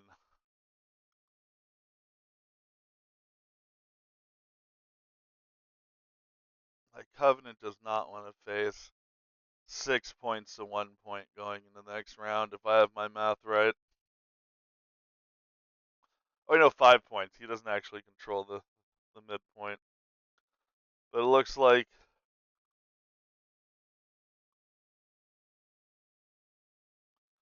looks like he's doing the spender into Loki, and that'll allow him to place within 1, so you can grab those tokens, and then he'll be able to push either away or towards any characters within 2 of him.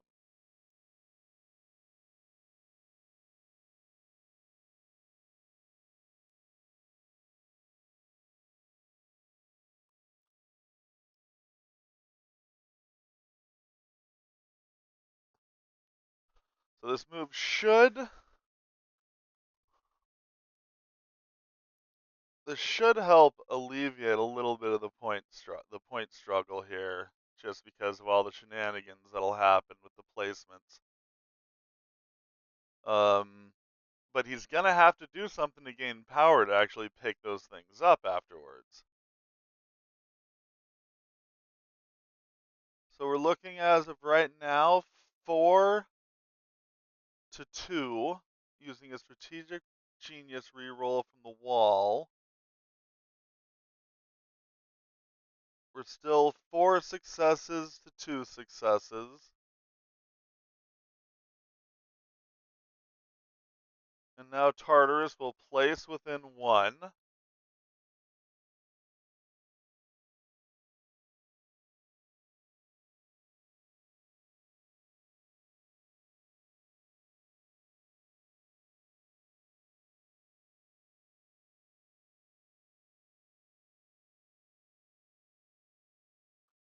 And now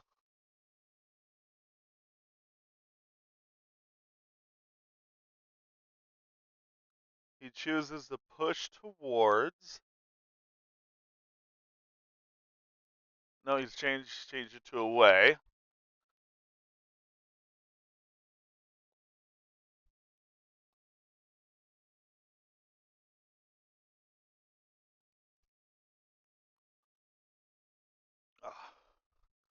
I'm a little relieved right now because in one of my random tests, the the away towards tool like just totally broke, and I could never reproduce the air. But man, I was worried that it was going to come up here.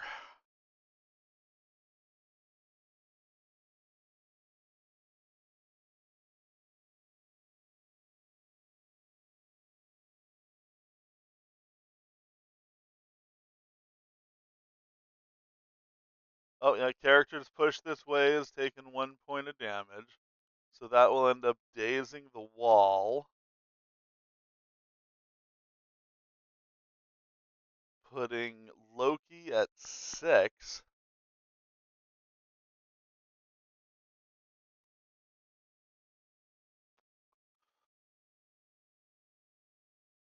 And just right up in Alfred's face.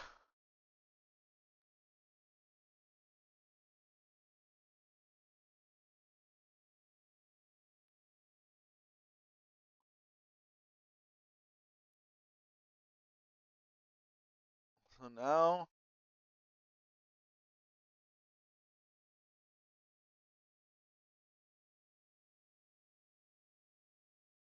so now he's hoping to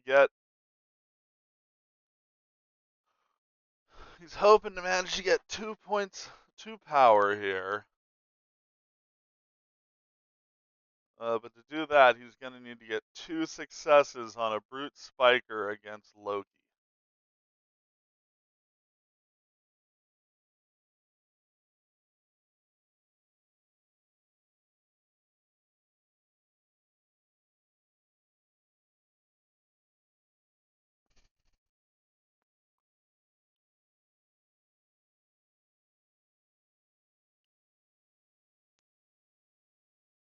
So it looks like 1 gets through because of the pierce.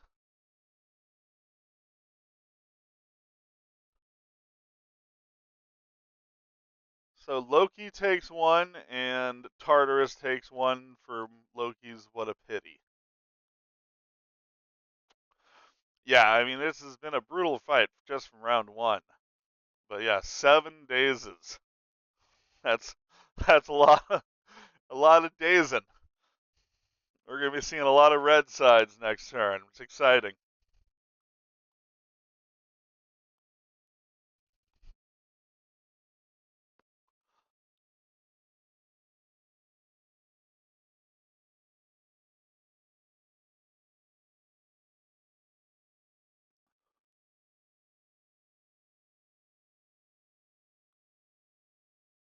And let's see, Tartarus is gonna get dazed. Loki is gonna get dazed from cubes. So we're gonna end up with 9 dazes because of this second round. Like that's pretty crazy.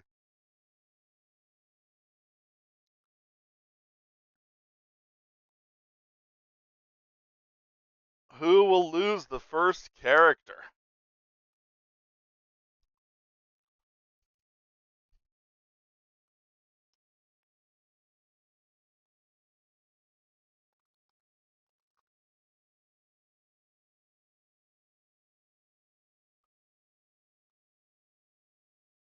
So we end up at 6 to 10. So the Covenant still has a big big gap to deal with.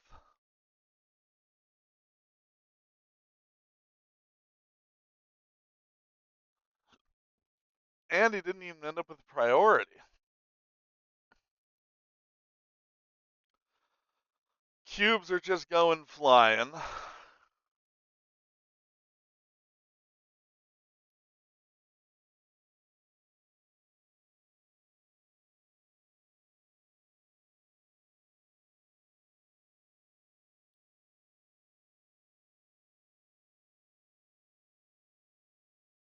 The Joker's set up to grab 2 cubes. A cube behind the orange line there. Yeah, this third round is going to be interesting.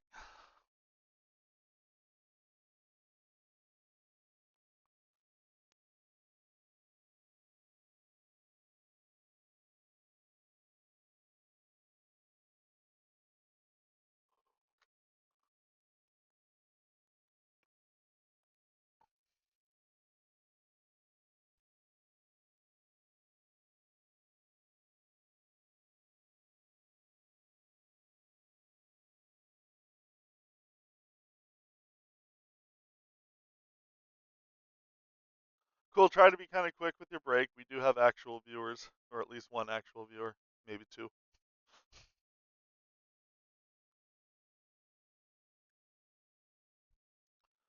So there will be a short break.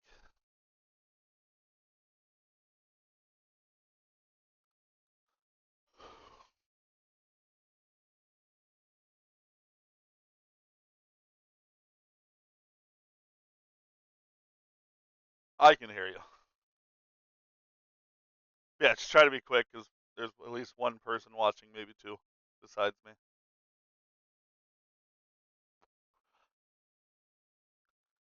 No, it seems like it's a quiet person. He is the person who put Naruto in as a submitted card and is going to be putting a whole bunch of One Piece cards in.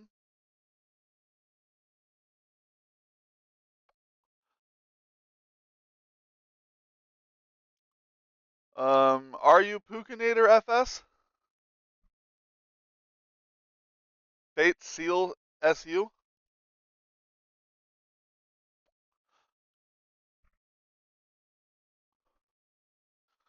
Oh, he's Fate online on Discord.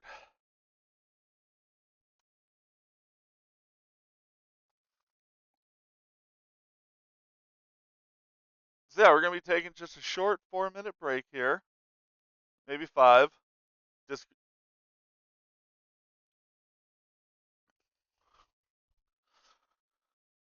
Clockwork, like I, smokes a lot of pot, so yeah, sometimes it takes us a while to do stuff.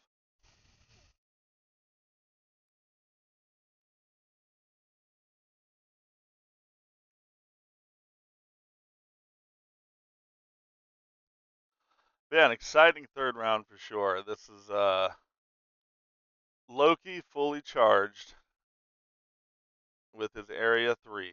Definitely seems like a lot of interest is going to happen there. But yeah, Covenant needs to make some solid move towards points.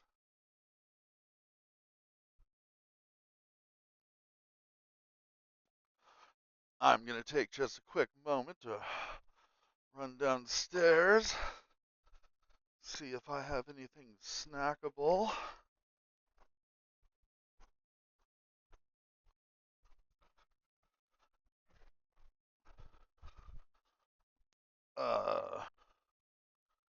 That's important.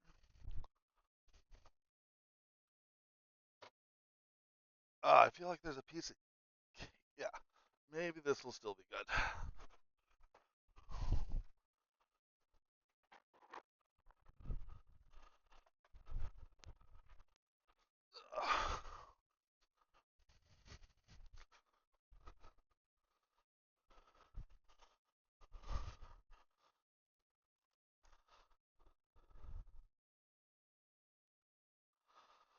I was downstairs when you said that, but thank you very much for saying that about the models. I'm pretty happy with how they turned out, and mostly I was worried just because this is the first game being played with them.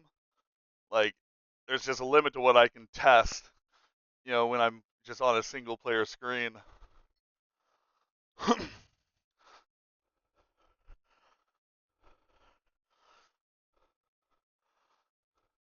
Yeah, which I was pretty bummed about. I will admit that I accidentally put Captain Boomerang's model in for Vertigo just because I tried so hard to get everything right. But I'm always bound to make a mistake because I smoke a lot of pot.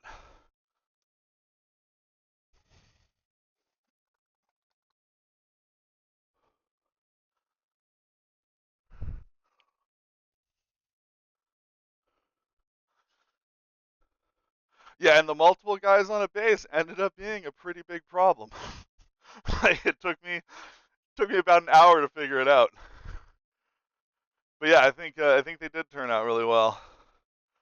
And like I went and found bases that look like Marvel Crisis bases.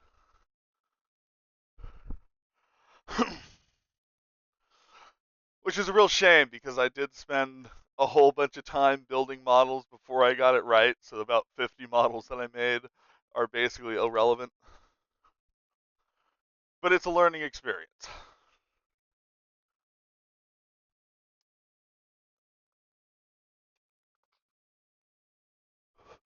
Yeah, that was actually a statue that you can buy that I got scanned in, and it successfully turned out pretty damn well. I felt like you have to get really close into the Joker model before you see any problems. Yeah, well, thank you. But yeah, I'm really kind of pleased with how the whole battle looks right here.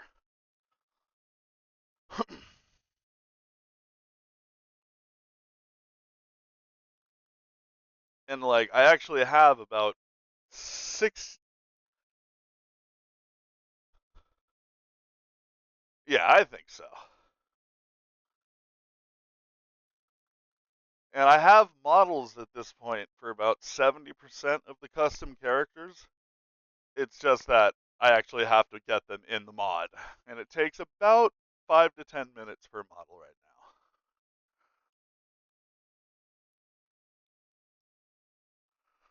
now. Yeah,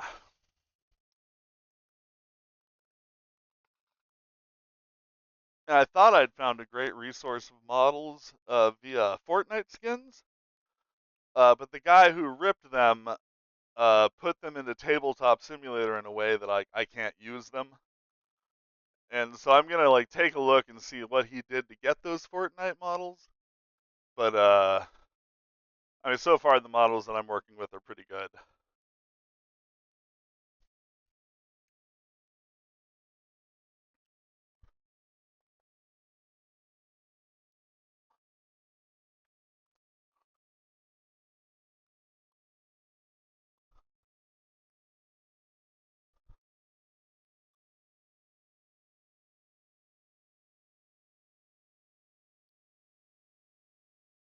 Yeah,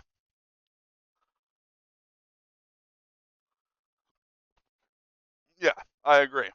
And yeah, some of them it would just do a horrible job with. The AI that I'm using for 3D modeling.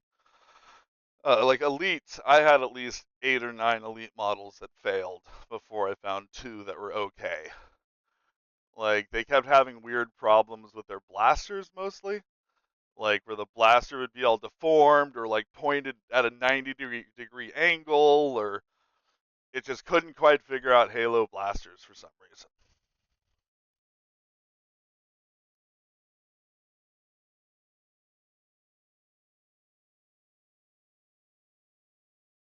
But then and I found it just so funny how high quality the AI could do boobs. It's just it's a sign of like Your boobs. what the internet Oh, it's is. had a lot of practice on boobs. Exactly. There's a lot of reference material on the internet. Yeah. And there probably is for the Halo guys too, right? Like Yeah. if it Probably, knows yeah. what to look for. Hmm.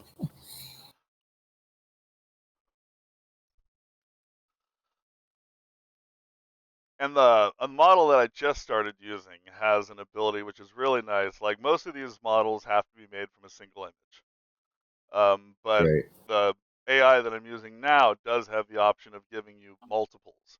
So if you find like, and Ah. I use figurines a lot, and a lot of the times you can find action figures and stuff like on eBay, and they'll do those nice like here's from the front, here's from the back, here's from the side, here's from the other side. Right. Get that three view angle. Yeah, Get your 3D model. and those create almost perfect models.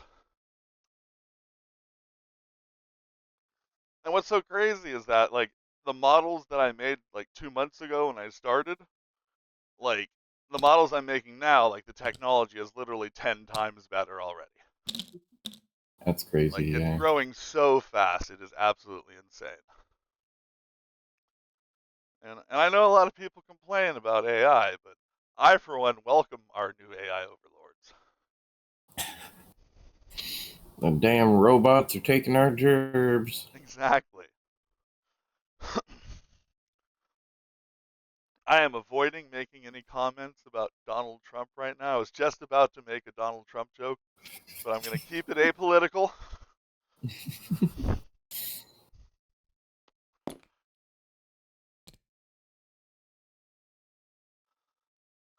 Thulandar is taking this brief break to make additional strategies at Clockwork's disadvantage. I'm just doing some measuring.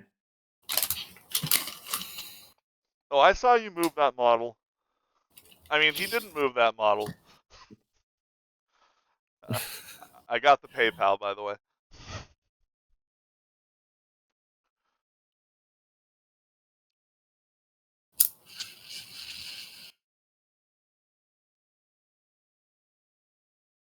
So 4 points So, down. What are your thoughts on the game right now, Clockwork? You are live, by the way. well, yeah. Well, yeah, it didn't quite go as well as I'd hoped. Let me put it that way. Yeah. Yeah, I mean, I was able to scoop up those cubes, but then he was able to just take them back pretty much. Did manage to get Loki down, but I think this next round is going to decide a lot. Yeah. Like ended up with counting cosmic cube damage. 9 people got dazed this round. Wait, no, one, two, three, four, five, Yeah, six, seven, eight. a No, lot no, of sorry, guys went 10. down on both sides, Yeah. so there's going to be a lot of power. A lot of we'll probably see some tactics cards get used. Oh, Um, you have not used the tactic card yet. How unlike you. yeah, well, there hasn't really been anything thrown around. I honestly don't even know if Thulindar has throws. It might have been a bad choice in general. I don't believe I have any throws on this team, on this set of 6 characters. Yeah, no throws. Yeah, so Brace, not basically a dead card. Um, but the other ones are probably going to get used this round, one way or another.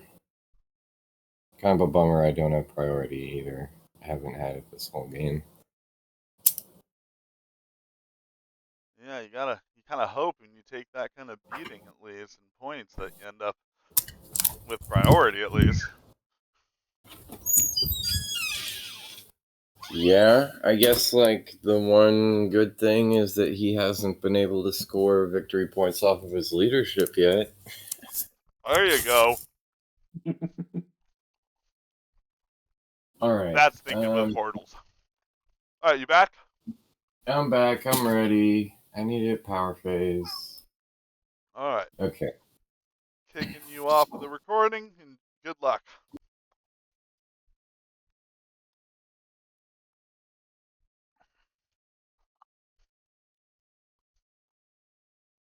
At least I think that people were able to hear Clockwork there during that period. Fate If you're there listening, were you able to hear Clockwork talking then? Or just me?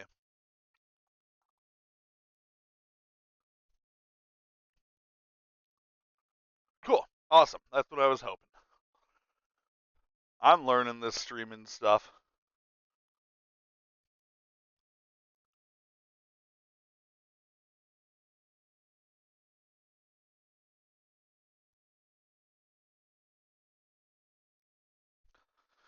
I could kind of see the mid-game smoke break being a kind of feature where I talk to everyone halfway through. I'm kind of digging that. I might have to consider that.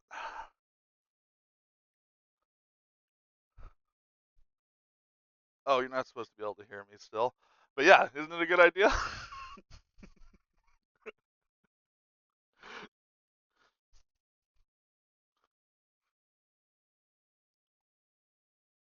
All right, so he's opening up with Loki. Gonna spend 4 for the clever poi. It's the area effect attack we were waiting for.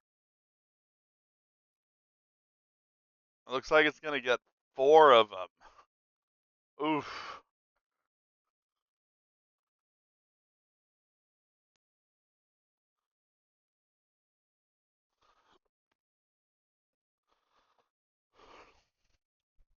Super excited to hear you want to join the season next time, Fate. Like, man, I would be so excited to get like 16 players into the league. Like that would be amazing.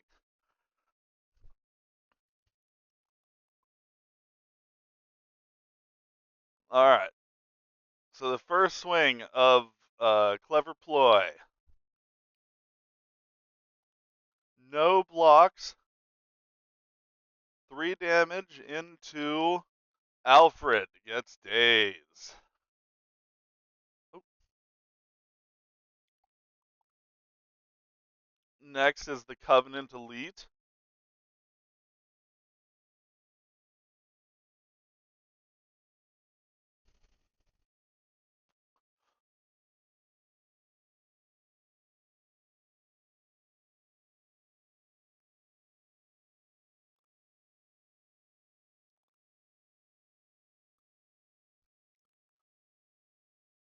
So far it's 3 successes on the offense with 2 crits. Oof. 5 successes on the offense, 2 on the defense.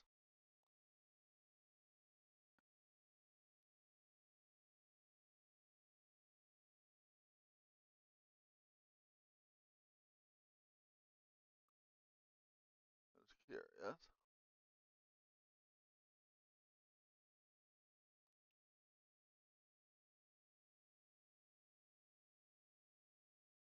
Just take a look at this card real quick. Okay, yeah. Now on to Tartarus.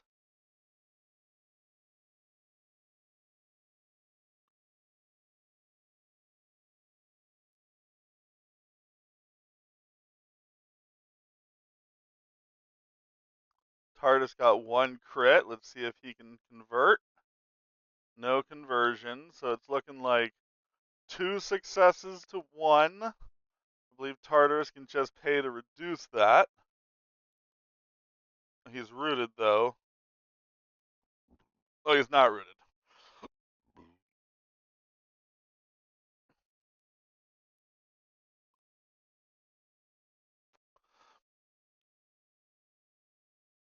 So he just pays the 1 to reduce.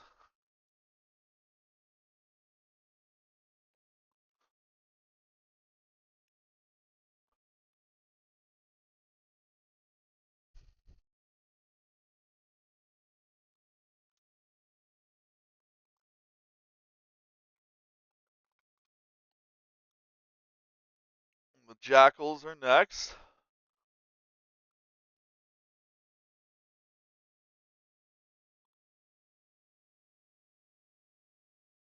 Oof. No successes on defense. 5 successes counting the skull on the opponent's side. The Jackals just got taken down in 1 turn unless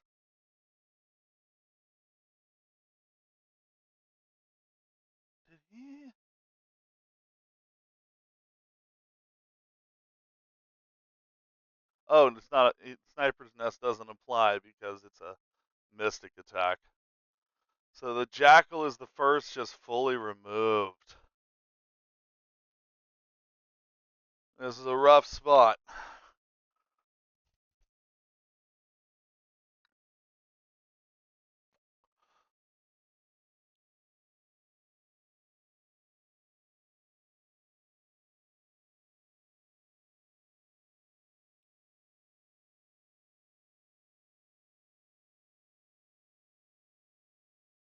And then for his second action, Loki just moves to, picks up the cubes. Yeah, that was a rough activation for the Covenant.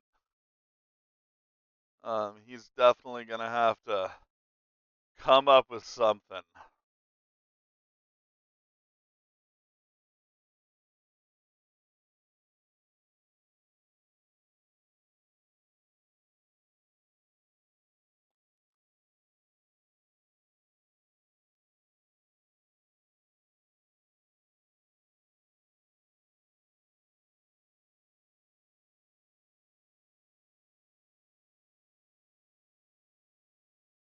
Like at that point, Suicide Squad is threatening to come up with a way of winning this turn.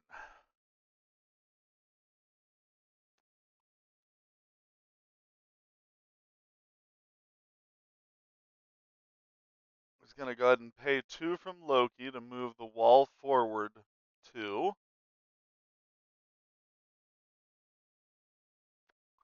That gets the wall onto the point.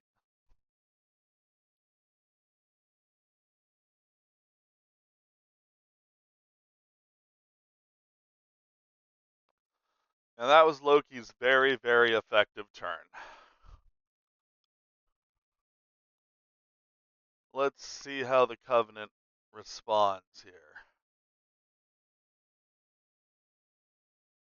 Looking at tactic cards.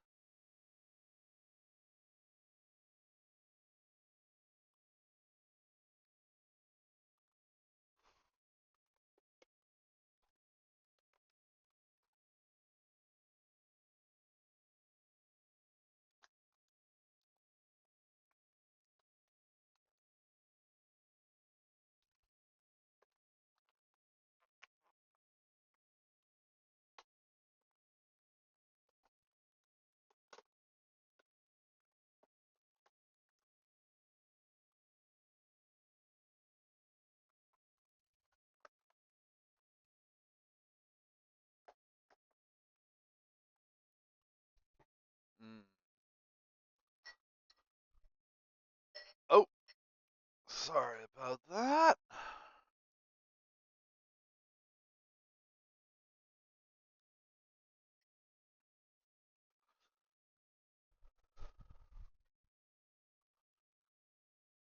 Clockwork has decided that the key here is to take out Loki.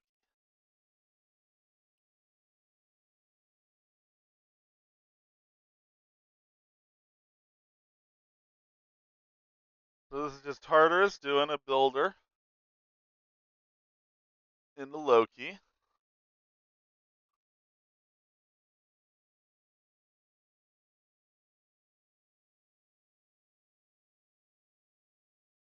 Not a horrible start with 2 damage.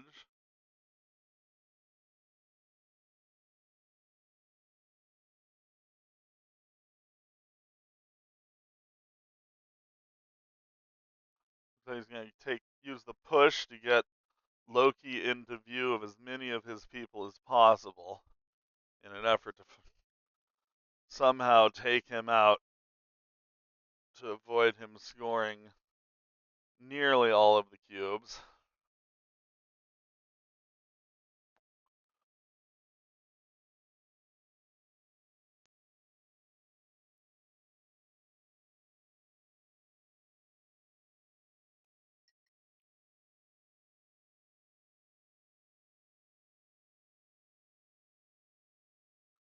So with 4 power, that does turn more things on here. He's got a throw he can do. He's got the gravity slam he can do.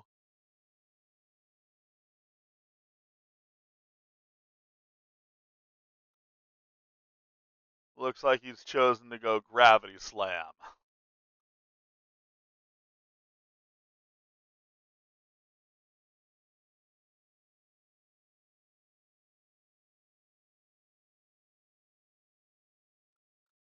It's looking like only one damage gets through from that.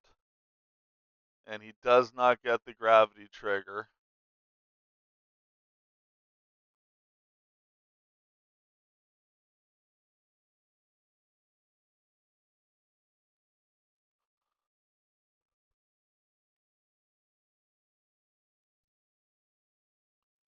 So not what Clockwork was really hoping for out of Tartarus, but at the very least he got Loki into a good position to maybe do something.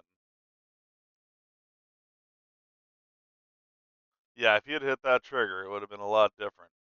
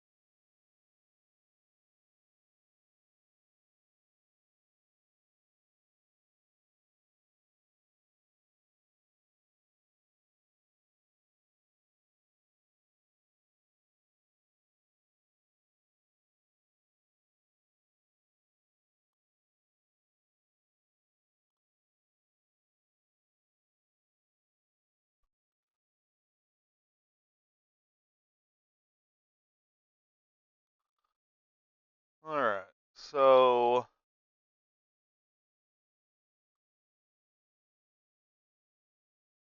I'm not really sure.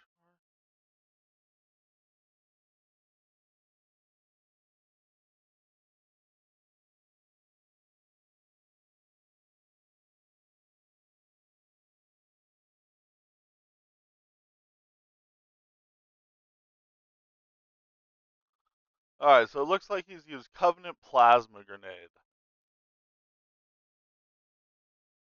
So everyone who pays 2 gets to choose someone within 3, and when a character ends its activation or would be dazed or KO'd,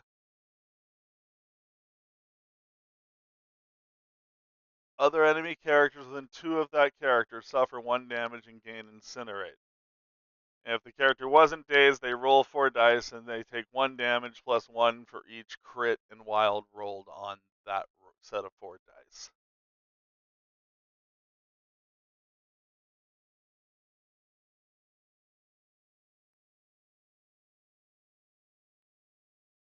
So I believe at that point it is going to be Suicide Squad's turn. Now, Suicide Squad should be more than familiar with having bombs strapped to their faces, so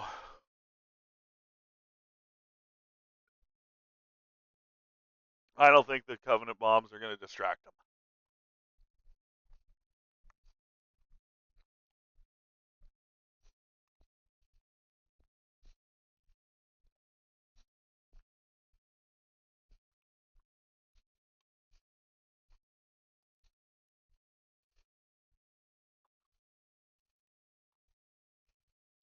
Looks like the Dynamite Duo card is going to be played.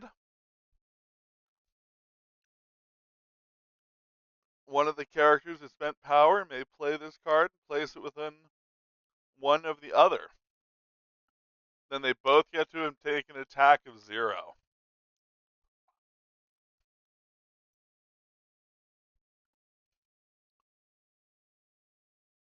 So Harley's going to use her comedically large mallet against TARDIS.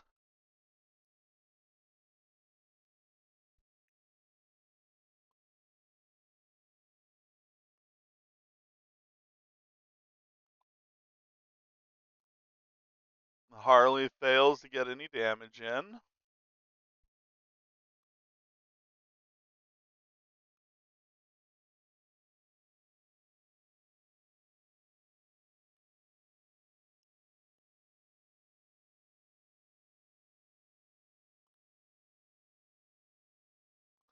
Looks like it'll be the toy gun into the elite.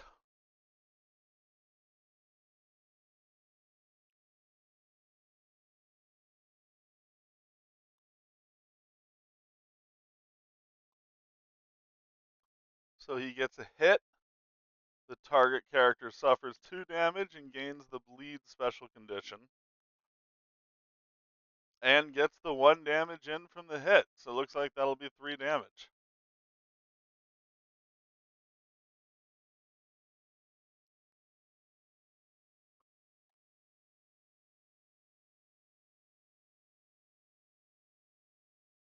And that was just actions from a tactics card.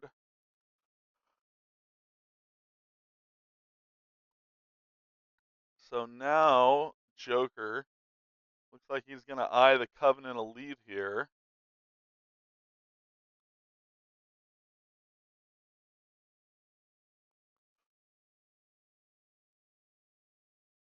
Oh man. Oh, well.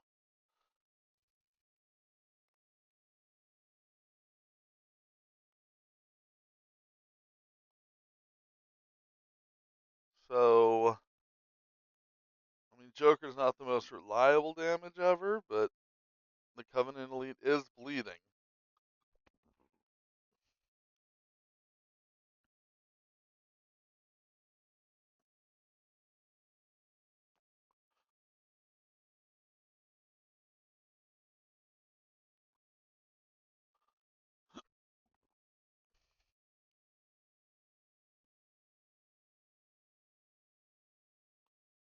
So Joker's going to use his Laughing Gas.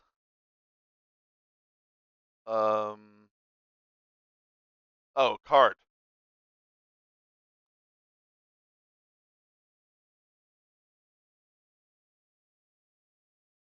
So it looks like he's paying 3 to give 3 different characters Advance S and 1 special condition. Poison Root, Slower Stun.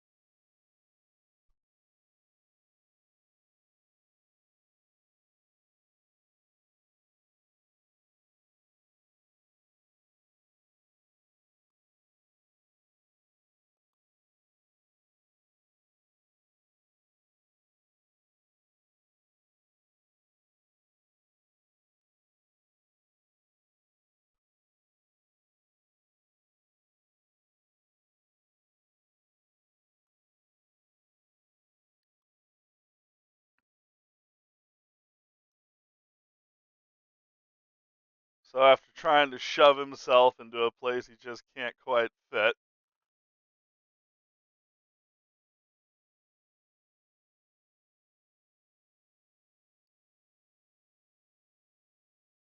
there, looks like he found himself a point where he can contest and not be illegal.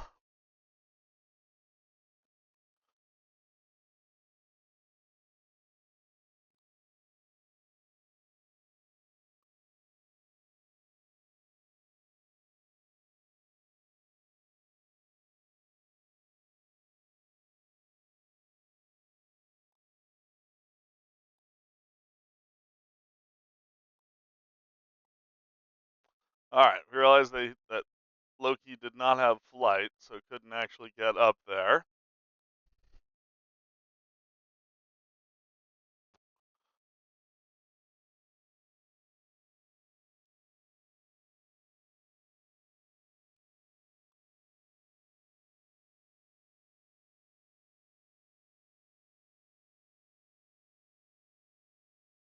Oh, it's each chosen allied character may advance S, and enemy characters get the special effects. So, okay.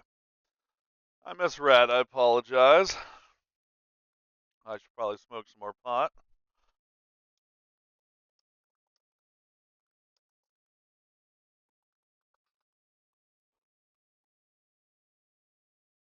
So So after all that, Joker still hasn't actually taken an action. Just 2 tactic cards.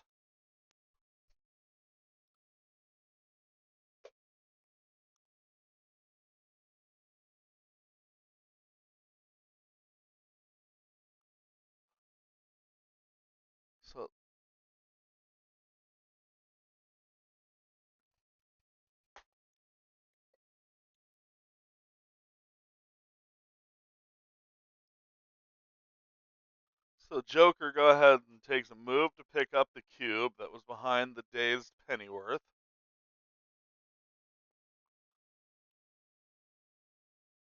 Now, is he going to go for a daze on Covenant? That does look like what he is interested in. He wants to daze the Covenant.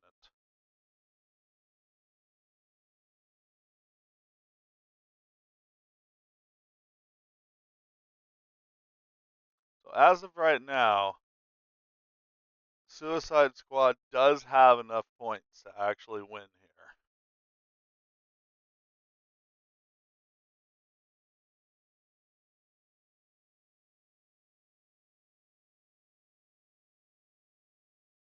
So since he rolled a crit, that is 4 damage. So that is enough to go ahead and daze the or knock out the Covenant.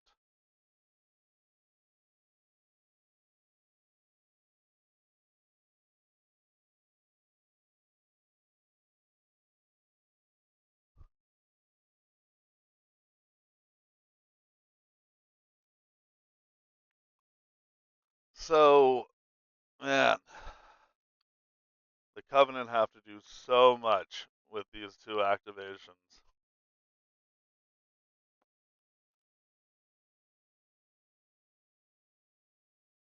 I mean, Loki seems to be his best point of attack at this point. Maybe Deadshot.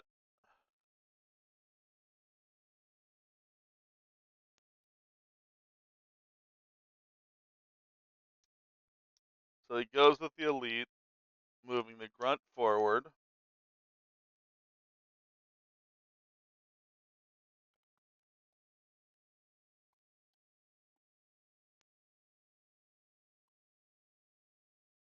Maybe just eyeing a single shot at Loki to soften him up. With a plasma grenade.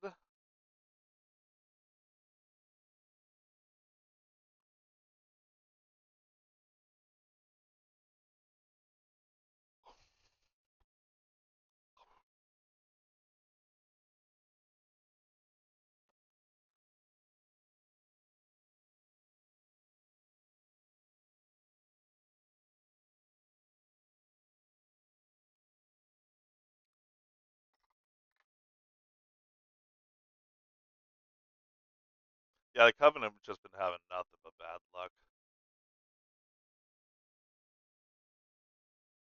Just nothing's been turning great for him from the very beginning. So Grunts are shooting at Loki. Oh, Grunts are getting a little spicy with their roll, though.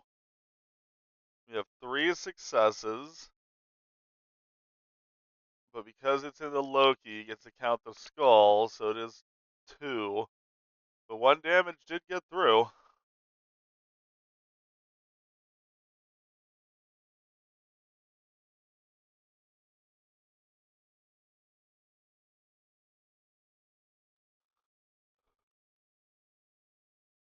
So he did give his Covenant Elite boss an extra power. Oh, looks like Loki might be pulling out some more shenanigans.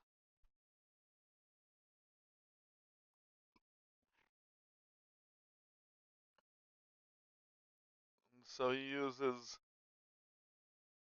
he pushes the grunts back using Vertigo's Woozy.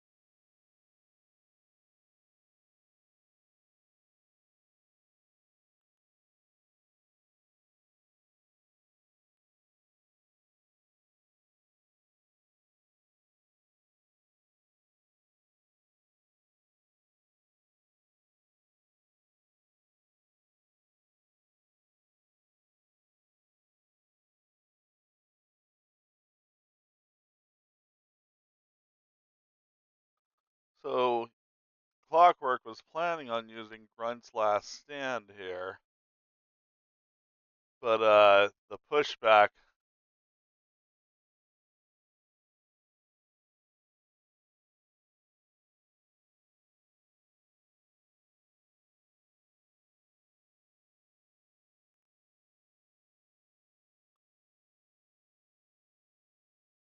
Wait,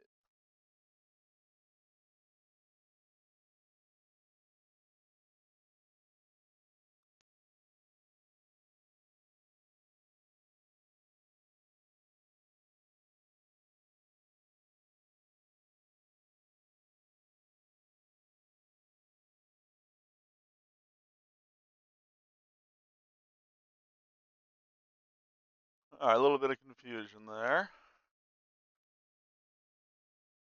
The Covenant was just so devastated by that push that it's just thrown off all of his plans.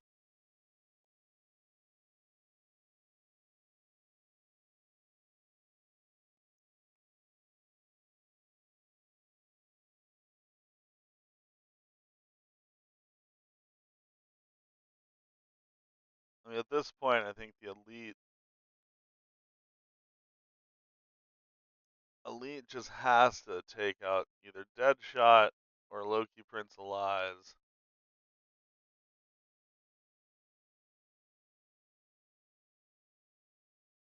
So the elite's looking at. Oh, yeah, it doesn't really work very well. He does have a charge. So you could charge Sword Slash, hope to get enough power to go for a Sword Dash.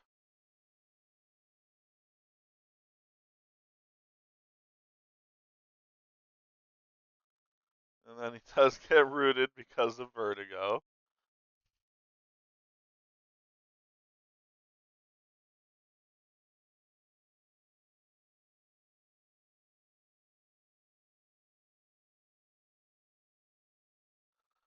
I don't know if I'm willing to say that Vertigo is broken yet, but she feels really oppressive.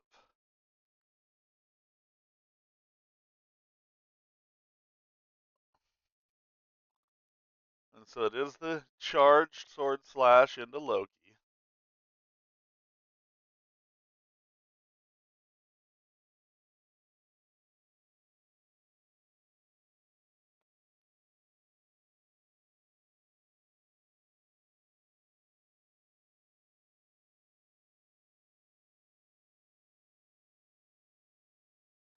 Alright, so the attack is into Loki.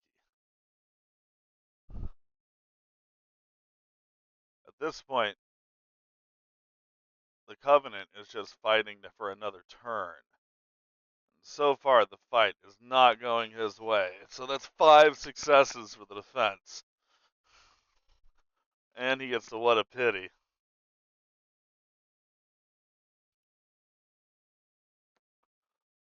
But he did get his trigger.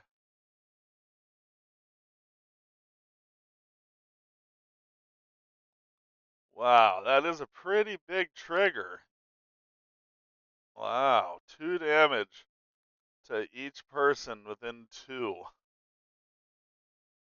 That seems maybe a little nuts for a.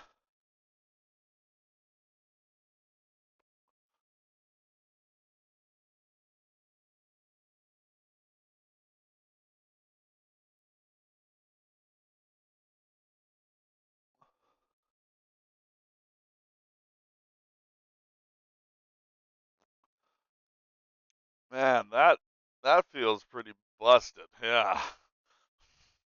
But that does take Loki out, I believe.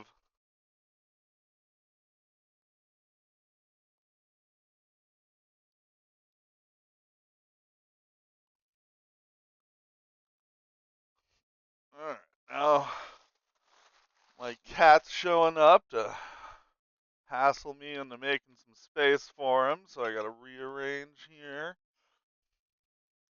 Otherwise, he'll sit on me on my keyboard.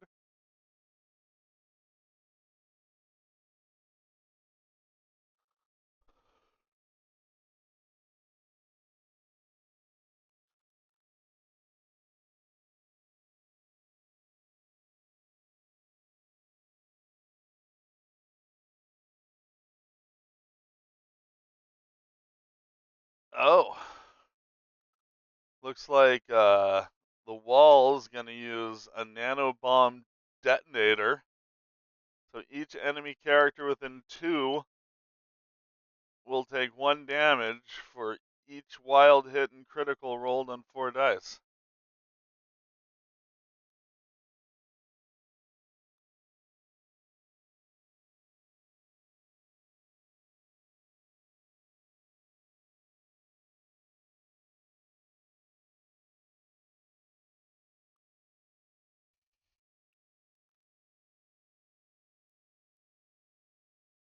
So he is rolling damage. This roll affects everyone within 2.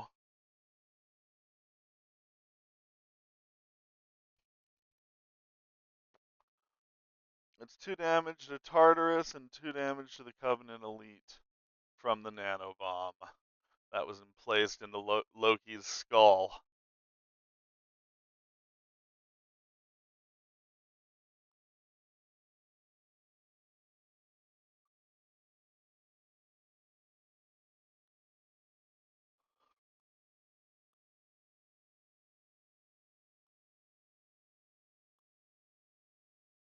So Vertigo is now going to push the Elites 3.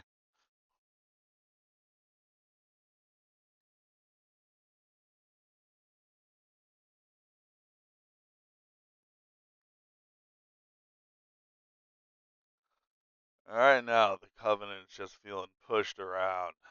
Like that threw off his plans there. And now he gets woozied.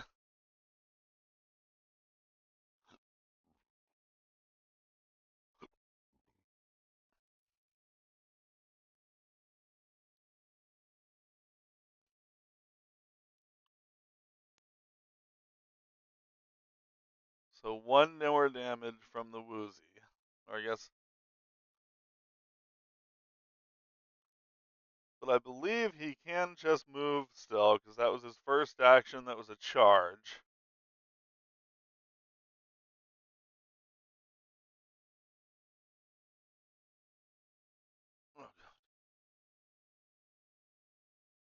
But that does remove Loki. I mean, if that's some kind of.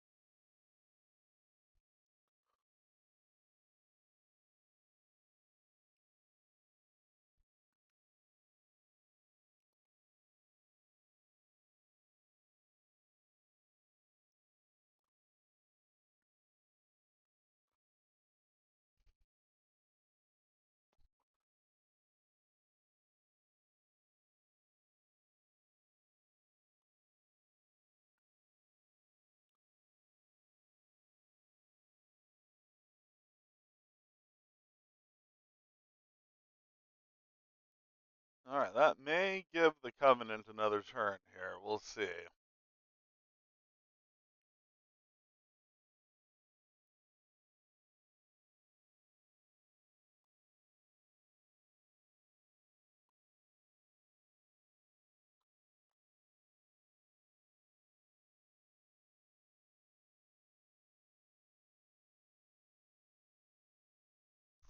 Tholander is eyeing the wall.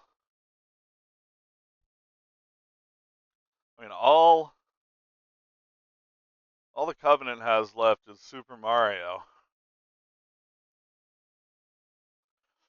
in one of the more confusing crossovers in Halo's history.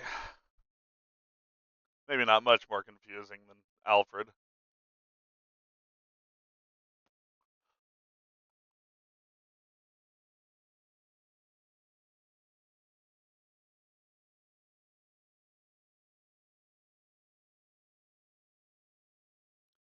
So he is going to go ahead and go with the wall. He's going to use logistical support to replace herself within 2. Looks like she is just not even worrying about that point over there.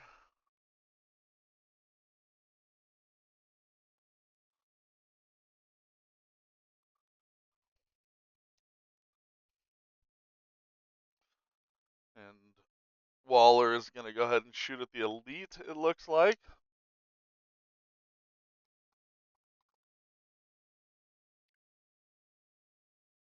Thulendar really wants to win round 3 here.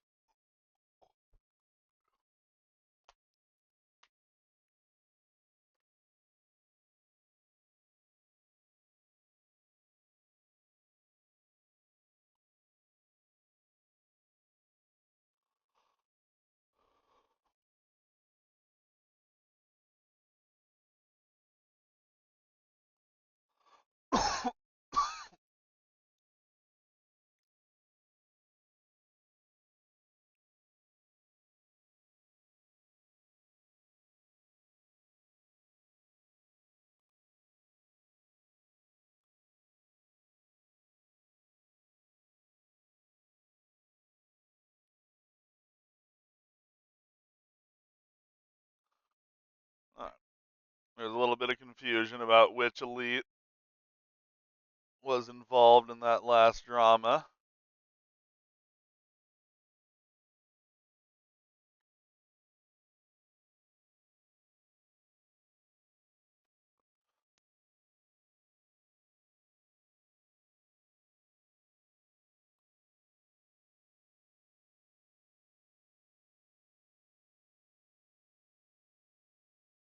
Alright, now that everything's been sorted about the shield tokens on this elite,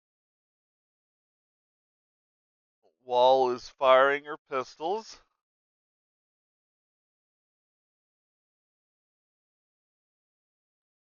Her first pistol shot was a failure, but she does just get a free second attack.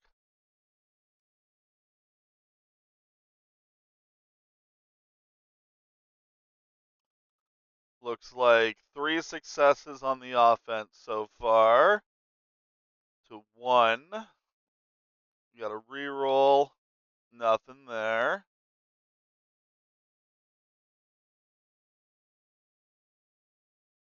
So it looks like 1 damage gets through after cover.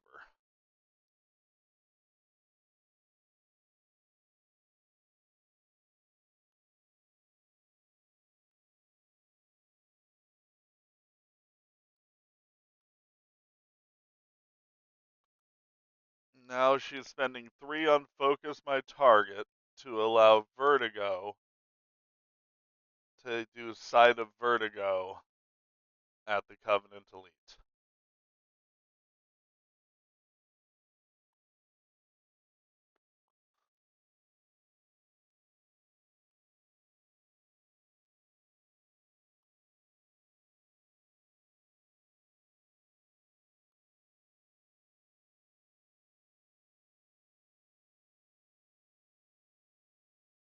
Vertigo fails to do anything at all, though.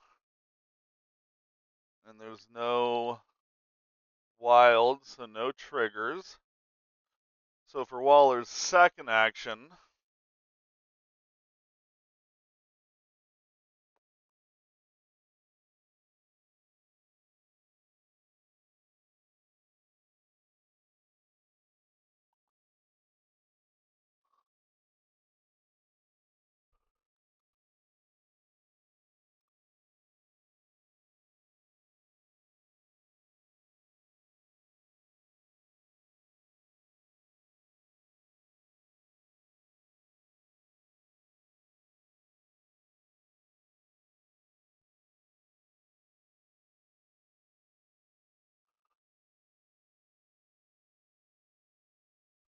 and just barely manages to get to the ambush point.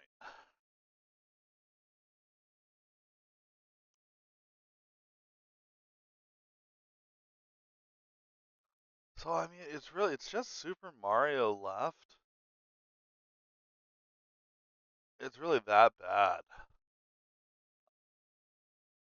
I don't I don't see. Let's see how Super Mario's little die goes. He rolled a blank, so he gets to roll for some power. I mean, that might be the best thing for him right now, just to get a whole bunch of power. Gets 2. So he's got 5 power to try to not lose this game. Let's see what his plan is.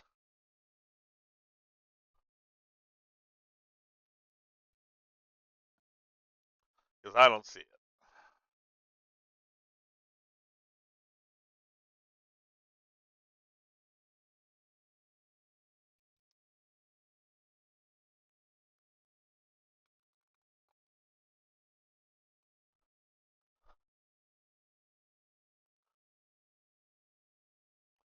So he opens up with a jump.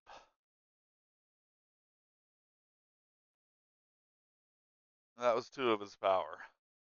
He can still dash. He can drop kick. Looks like he's going to go with a dash.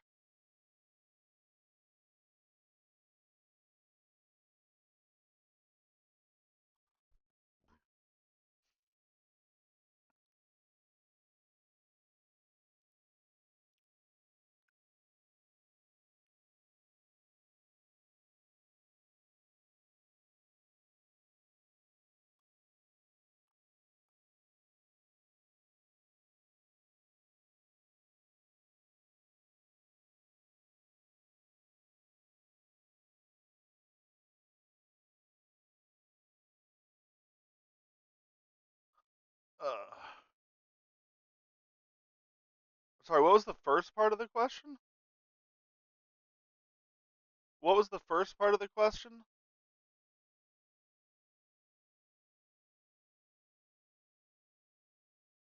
Where's the first bodyguard coming from?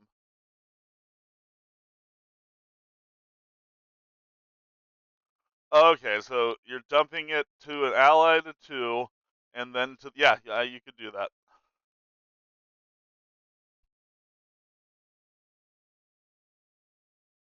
Yeah. All right. So apparently there is a chain bodyguard going on to where the wall is dumping the attack onto Joker, and then Harley's jumping in and taking out the hit.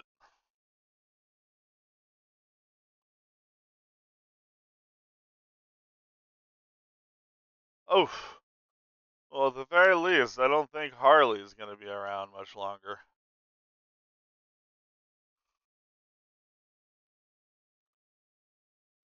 Let's just take one last look at the model. Goodbye, Harley.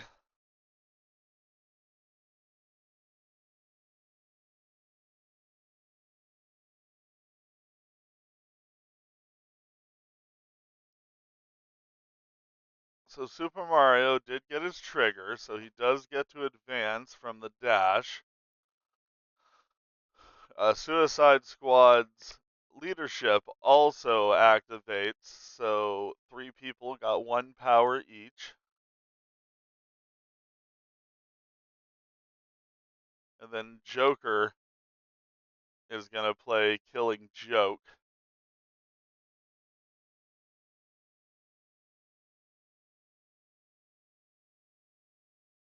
And so he advances short and chooses an enemy within 2 to take 1.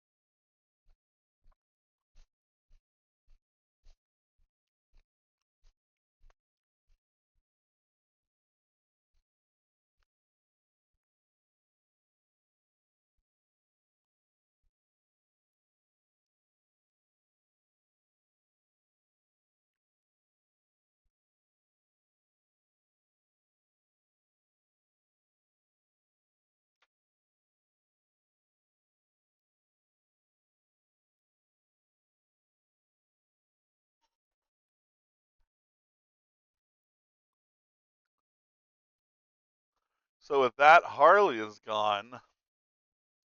But Super Mario just has one action and no power left. And 1, 2, 3, 4.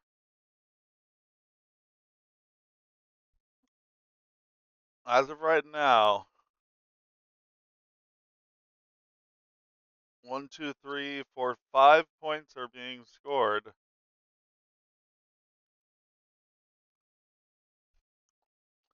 Attacking Waller right now, but I don't think that does much.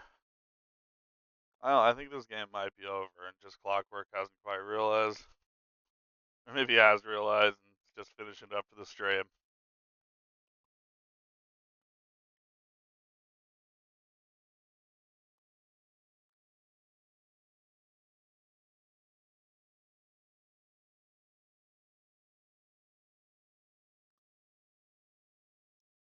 One, two, three, 4.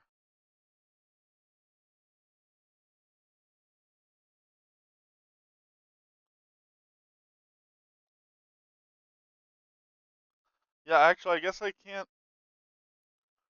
I mean, if Vertigo and Deadshot can take out the Covenant Elite, then they win.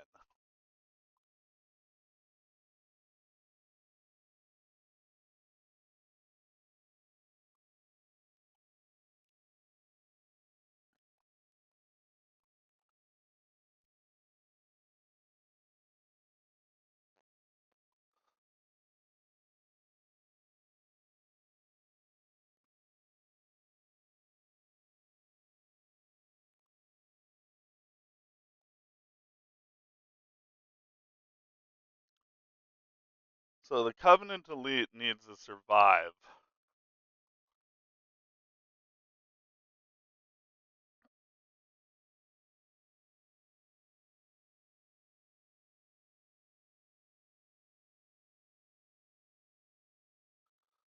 Well, let's see what happens.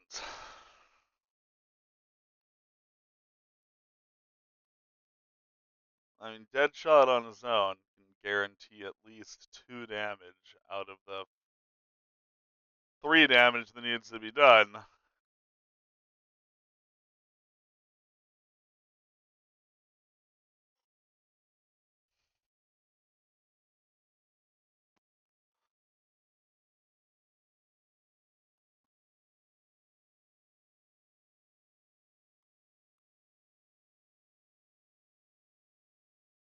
So Deadshot.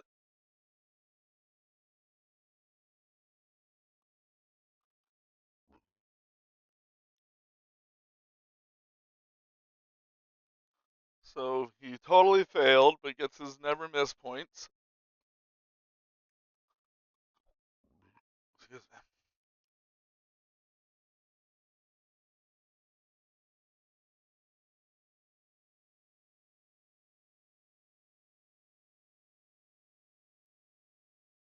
Oh, but they're really.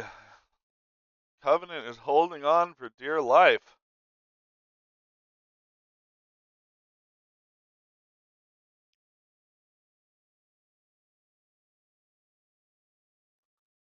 Oh, he got his trigger for double shot because of the never miss.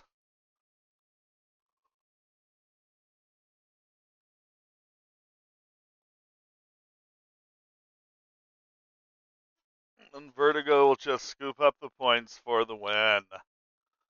That is it, folks. We end up with a Suicide Squad going into the finale. Let's go ahead and bring our users into the conversation. Yeah, so then she picks him up and then goes and stands on an ambush, and you're getting what, like 7 then. If she can get on an ambush after picking them up, then she scores 7. Or Yeah. then my queen scores 7. Yeah, she doesn't even need to get to an ambush and you win. Yeah. She She can actually, just she can just pick them up and spend no actions and I win. congratulations to Thulandar for making it to the finals. Thank Yeah. you. Yeah, that was a lot of Okay. that game was brutal to watch for Clockwork. Like, just nothing Yeah. really was going his favor that game. I mean, my defense in the beginning was horrid, but yeah, a lot of things went my way towards the middle. Yeah, it was a good game. But yeah, there was some brutal stuff going on there. Oddly enough, the most unbalanced character kind of felt like Loki in that one.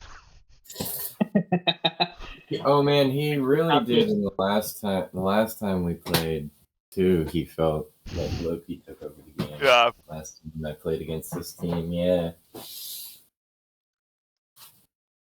Or was it the one we commentated? Yeah, it was the It was one one comment. we that commentated. Yeah. But That's right. yeah, this is one of those matches that, like, for me is tough from Clockwork's view because he created almost every character on this board. That is Like, true. I like. Did you make Super Mario? Yep. Yeah, I think with the exception of Loki and Vertigo, everyone on this board is a creation of you. And so, Yes, that is true. I so am you're to blame responsible. for pretty much everything. I'm to blame for my own demise. Yeah, Exactly.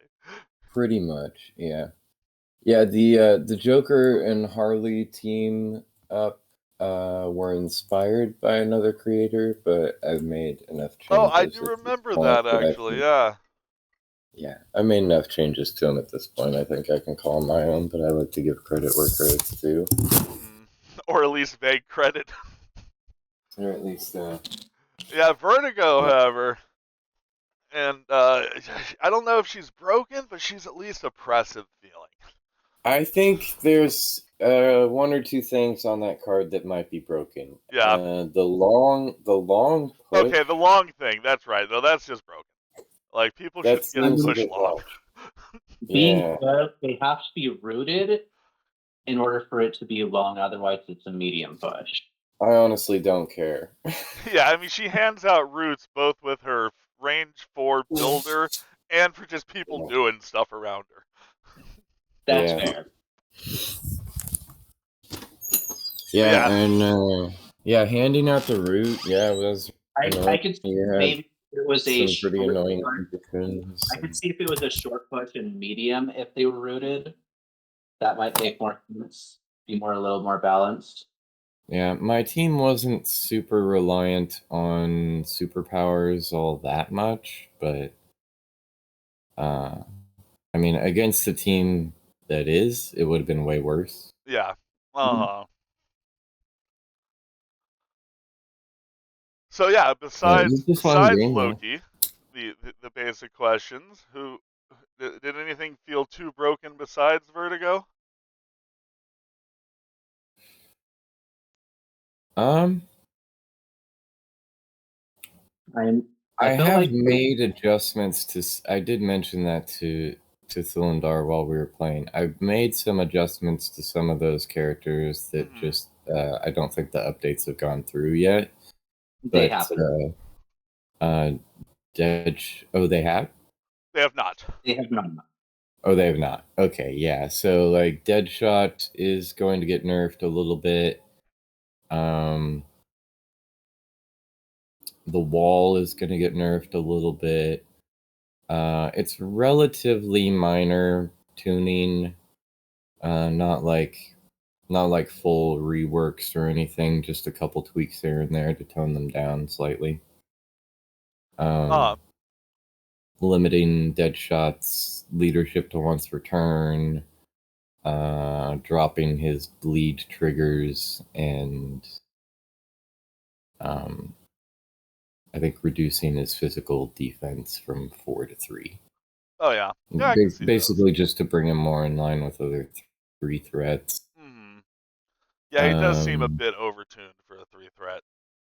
And he is a bit after that overtuned. last Yeah, match I let's just watched of bring him in. Suicide Squad, that leadership can be broken by people like Thulindar. For sure. Yeah, the leadership is one reason he was nerfing Deadshot's leadership. It's only once per turn now. If I remember right. I think Harley is fine. I made an adjustment to Joker's his toy gun where I think I got rid of the can't be reduced on the crit, and I made it so that the block damage, but it does still push, I think. Oh yeah. So just making it a little less consistent on damage output. So how did you overall feel about the Covenant's play in this? Like, do you feel like you have them where you want, Well, I or do kind you of feel they're lacking?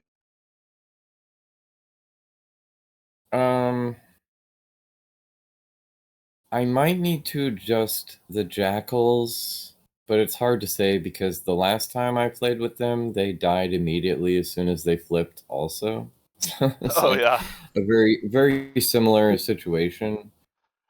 But it's hard to know if like that actually has anything to do with what's wrong on their card or how they were played or how what the situation was at the time or whatever, you know.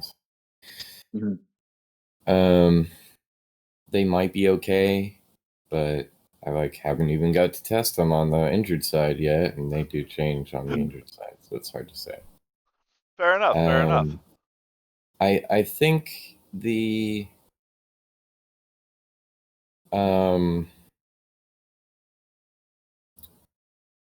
I think the elites are probably in a good spot. I think they're probably okay. Like Yeah. they are impactful, but not. I don't think they feel overpowered. Do you, Dylan? I feel like the Needler is really strong, and I feel like the Energy Shield is really strong, but not like insanely oppressive. Do they Just Yeah. do they like lose their very needler on good. the other side? Yeah, they go from having the Needler to being sword melee guys Ah, on the okay. because in the Halo games, if you break their shields, they get pissed off and go all aggro on you. Oh, okay. Fair, fair, fair. They become aggressive. Yeah, yeah, they throw their guns down, bust out the sword, get all pissed off. Um, the brutes also, I kind of just avoided playing them today because I think they're underpowered. Oh yeah. Alfred, he might need some adjustment.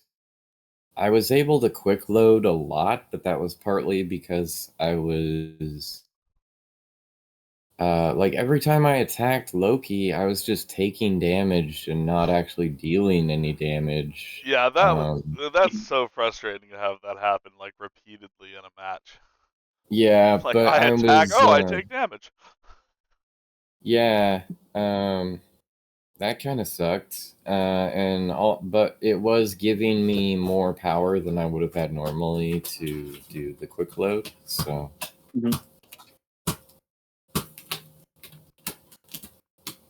But yeah, well, but thank he you may both for joining this match and being the very first members of the streaming scenario. woohoo! This match is immediately available to watch on Twitch as part of the video on demand and will be on YouTube momentarily. I think I'm going to consider stop trying to do too much editing and just go ahead and send them up raw and just try to get more episodes out that way. Yeah, But yeah, it's been a well, lot of fun to watch this, and again, congratulations on and making it to the thank you. finals, Solendar. Yeah, Thank congrats. you. And until next time, everybody, have a good one. Peace. This is me stopping the stream. There we go.